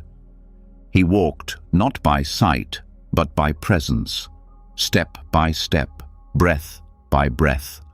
And just when he stopped needing to find the path, he heard it, the spring, bubbling, laughing softly through the trees. He had arrived, not by force, but by faith. When he returned, the elder monk asked, "Did the path disappear?" Jaya smiled. "No, I just needed to stop looking and start listening." Moral of the story: sometimes the way forward isn't clear, but that doesn't mean it's gone. Like the little path that disappeared, life often guides us when we slow down, listen inward, and walk with trust, step by gentle step. The hand that let go. This story teaches us the quiet strength of release, the freedom that follows surrender, and the healing that can only begin when we stop clinging to what no longer serves us. Like the hand that let go, we learn that peace often waits not in holding tighter, but in gently loosening our grip. In the valley of Kema, where the river curved like a sleeping serpent and wildflowers swayed in the wind, there lived a woman named Anika. She was known for her kindness, but also for the way she held on to things: old letters, faded promises, broken tools, memories that no longer gave her warmth. After her husband passed, Anika kept everything just as it had been. His shoes by the door, his robe on the hook, his bowl on the shelf. Each item, she believed, held a piece of him, and to let go of any part of it felt like betrayal. One day, a traveling monk came to the village and gave a teaching in the open air. He spoke not of gods or scriptures, but of a hand that held too tightly. "If you hold a stone in your palm all day," he said, "eventually it begins to hurt, not because the stone grows heavier, but because the hand forgets how to open." Anika felt the words lodge in her chest like a soft breath pressing against something long locked away. That night, she sat alone in her home, surrounded by silence and the scent of old memories. She looked at her husband's robe and touched the sleeve. "I miss you," she whispered. And then, for the first time, she folded it gently and placed it in a wooden box. The next morning, she took the shoes to the river and set them beside a rock where someone else might find use for them. She returned lighter, not because her grief was gone, but because she was no longer carrying it in clenched fists. From then on, Annika didn't forget, but she no longer held on to everything. Her hands became free again, free to plant, to give, to hold what was present. And in letting go, she found something unexpected: space for peace. Moral of the story: holding on does not preserve what we love, it only tightens the pain. Like the hand that let go, we find freedom not by erasing the past, but by loosening our grip on what we no longer need to carry. In that soft release, we make room for healing and for life to move forward again. The song beneath the surface. This story teaches the quiet depth of hidden truth, the healing found in listening beyond the noise, and the gentle reminder that beneath every restless wave, a song of stillness is waiting to be heard. Like the song beneath the surface, peace is not always loud. It is simply waiting for us to go deeper. In a coastal monastery built on cliffs shaped by time and tide, the wind sang through the stones and the sea roared below. Each evening, the monks would gather for silent meditation while the waves crashed against the rocks. Most found the sound comforting, reminding them of nature's rhythm. But one novice named Lilan struggled. "The waves are too loud," he whispered to the elder monk one night. "I cannot hear myself think. I cannot find peace." The elder smiled gently and handed Lilan a small shell. "Come," he said. They walked down a narrow trail toward the sea. The wind pushed against them, and the sound of the ocean thundered in their ears. The elder motioned for Leland to sit by a tide pool carved deep in the stone. He did. "Now listen," the elder said. "Not to the crash of waves, but beneath it." Lilan frowned. "Beneath it?" "Yes," he whispered. "The sea has many voices. Most only hear the surface. Few ever stay long enough to hear its song." So Lilan listened. At first, he heard only the pounding rhythm, the rise and fall, wild and strong. But as he settled, as his breath slowed, he noticed something else. A soft hum, like a lullaby far beneath the roar. A melody not made of notes, but of stillness. Gentle, ancient, steady. His eyes filled with tears. "I never knew it was there," he said. "It always was," the elder replied. "But only when we quiet ourselves does the deeper song appear." From that day on, Leland stopped trying to silence the waves. He sat beside them, breathed with them, and listened for the song beneath the surface. It never failed him. Even on the loudest days, he could hear it now, because it was no longer far away. It was inside him. Moral of the story: peace isn't the absence of noise. It's the presence of something deeper. Like the song beneath the surface, stillness is always there, waiting beneath the rush, beneath the fear, beneath the thinking mind, for those who are willing to listen closely and gently enough to hear. The cup that was never filled. This story teaches us the quiet truth that fulfillment doesn't come from having more, but from needing less.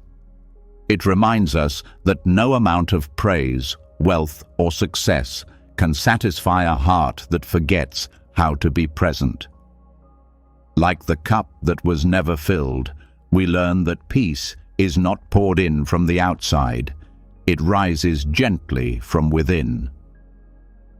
In the heart of a crowded city lived a man named Viran, known for his ambition. He was a merchant, a scholar, a collector of beautiful things. His home overflowed with silks, spices, scrolls, and statues from distant lands. People admired him. They bowed when he passed. But in the quiet hours, when the streets emptied and lanterns dimmed, Viran felt something hollow inside. No matter how much he gathered, something always seemed to be missing. One day, while traveling in the mountains on business, Viran stopped at a tiny monastery to rest. A kind old monk offered him tea. The cup placed before him was simple, clay, chipped at the rim, and only half filled. Viran frowned. "Why only half?" he asked. "Surely you can fill it to the top." The monk smiled gently. "This cup is always full." Viran laughed. "But I can see it's not." The monk nodded slowly. "Not with tea, perhaps, but with enough." Viran didn't understand, but he sipped the tea anyway. It was plain, but comforting. He sat in silence, and for a rare moment didn't think about what was next. No plans, no goals, just warm hands around a modest cup. He looked out at the hills, breathing slowly, the wind carrying the scent of pine and earth, and then something shifted, something quiet. He felt enough. Not full, not overflowing, just enough. That night, Viran didn't buy anything. He returned home with no new treasures, but he began giving away what he didn't need. His house grew simpler, his meals quieter, his heart lighter. And in time, people stopped admiring his things and started admiring his peace. Moral of the story: a cup that is always seeking more will never feel full. Like the cup that was never filled, our longing only quiets when we stop looking outside ourselves and begin noticing the simple, quiet enough already within. Fulfillment is not found in what we add, but in what we no longer need. The smile of the moonlit stone. This story teaches the beauty of quiet presence, the calm that comes from simply being, and the gentle truth that peace doesn't always speak. It shines. Like the moonlight on a stone, even a small, silent life can reflect something eternal, soft, and full of meaning. In a garden behind a hilltop temple, far from noise and footpaths, there was a single flat stone resting beneath an old Bodhi tree. It had no carvings, no writing, no special shape. Most visitors passed it without notice, but the monks knew it well. They called it the Smiling Stone. No one knew who had placed it there. It had simply always been part of the garden, still, unmoved, unbothered. One young monk, named Kema, often struggled in his practice. He chased perfection in meditation, wanted answers to every question, and grew frustrated when peace didn't come quickly. One evening, after yet another restless sitting, he wandered into the garden, feeling defeated. The moon was full. Soft silver light poured over the Bodhi tree, and there, bathed in its glow, was the stone. Something about it made him stop. It didn't move. It didn't try. And yet, it glowed, not with its own light, but by simply being still enough to reflect the moon.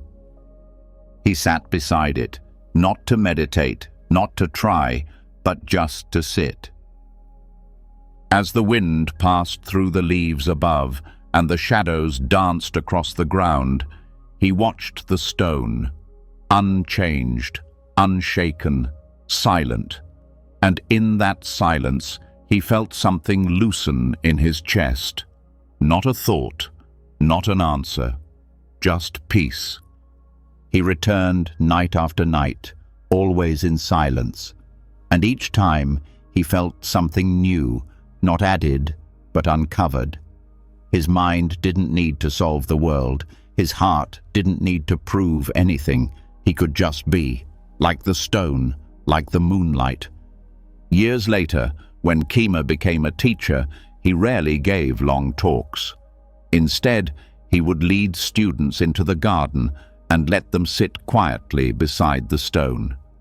Some would speak, some would cry, some would say nothing at all, but many would smile, gently, without reason. Moral of the story: peace is not always loud or earned. It comes when we stop striving and start allowing. Like the smile of the moonlit stone, stillness does not need to shine on its own. It only needs to reflect the light that's already there. The tree that slept standing. This story teaches us about quiet endurance, the kind of rest that doesn't always look like stillness, and the deep peace that can live inside even when life asks us to remain upright. Like the tree that slept standing, we learn that we can carry strength and softness at the same time. In a vast clearing between rice fields and riverbeds, there stood a tall tamarind tree. It was not the oldest tree, nor the tallest, but it had stood through many storms. The farmers often gathered beneath its shade. Children tied ropes to its branches and swung like birds, and every evening birds returned to nest among its leaves. No one thought much about the tree. It was simply there, always, standing. One summer, a long drought arrived. The sky forgot how to rain. The rivers thinned. The crops bowed their heads. The villagers worked harder than ever. Sleep became short, tempers sharp, hope brittle. Even the birds sang less. But the tree stood. Its leaves curled, its bark cracked, but it did not fall. It did not lean. It stood through the heat, through the silence, through the waiting. A monk passing through the village took shelter beneath its dry branches.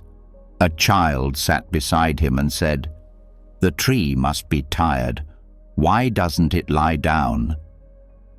The monk smiled, "Because it rests where it stands."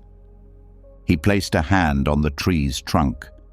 It knows how to breathe without moving, how to wait without rushing. It sleeps with its roots deep in the earth and its arms open to the sky. That is its way. The child was quiet, then asked, "Can people sleep like that?" The monk nodded.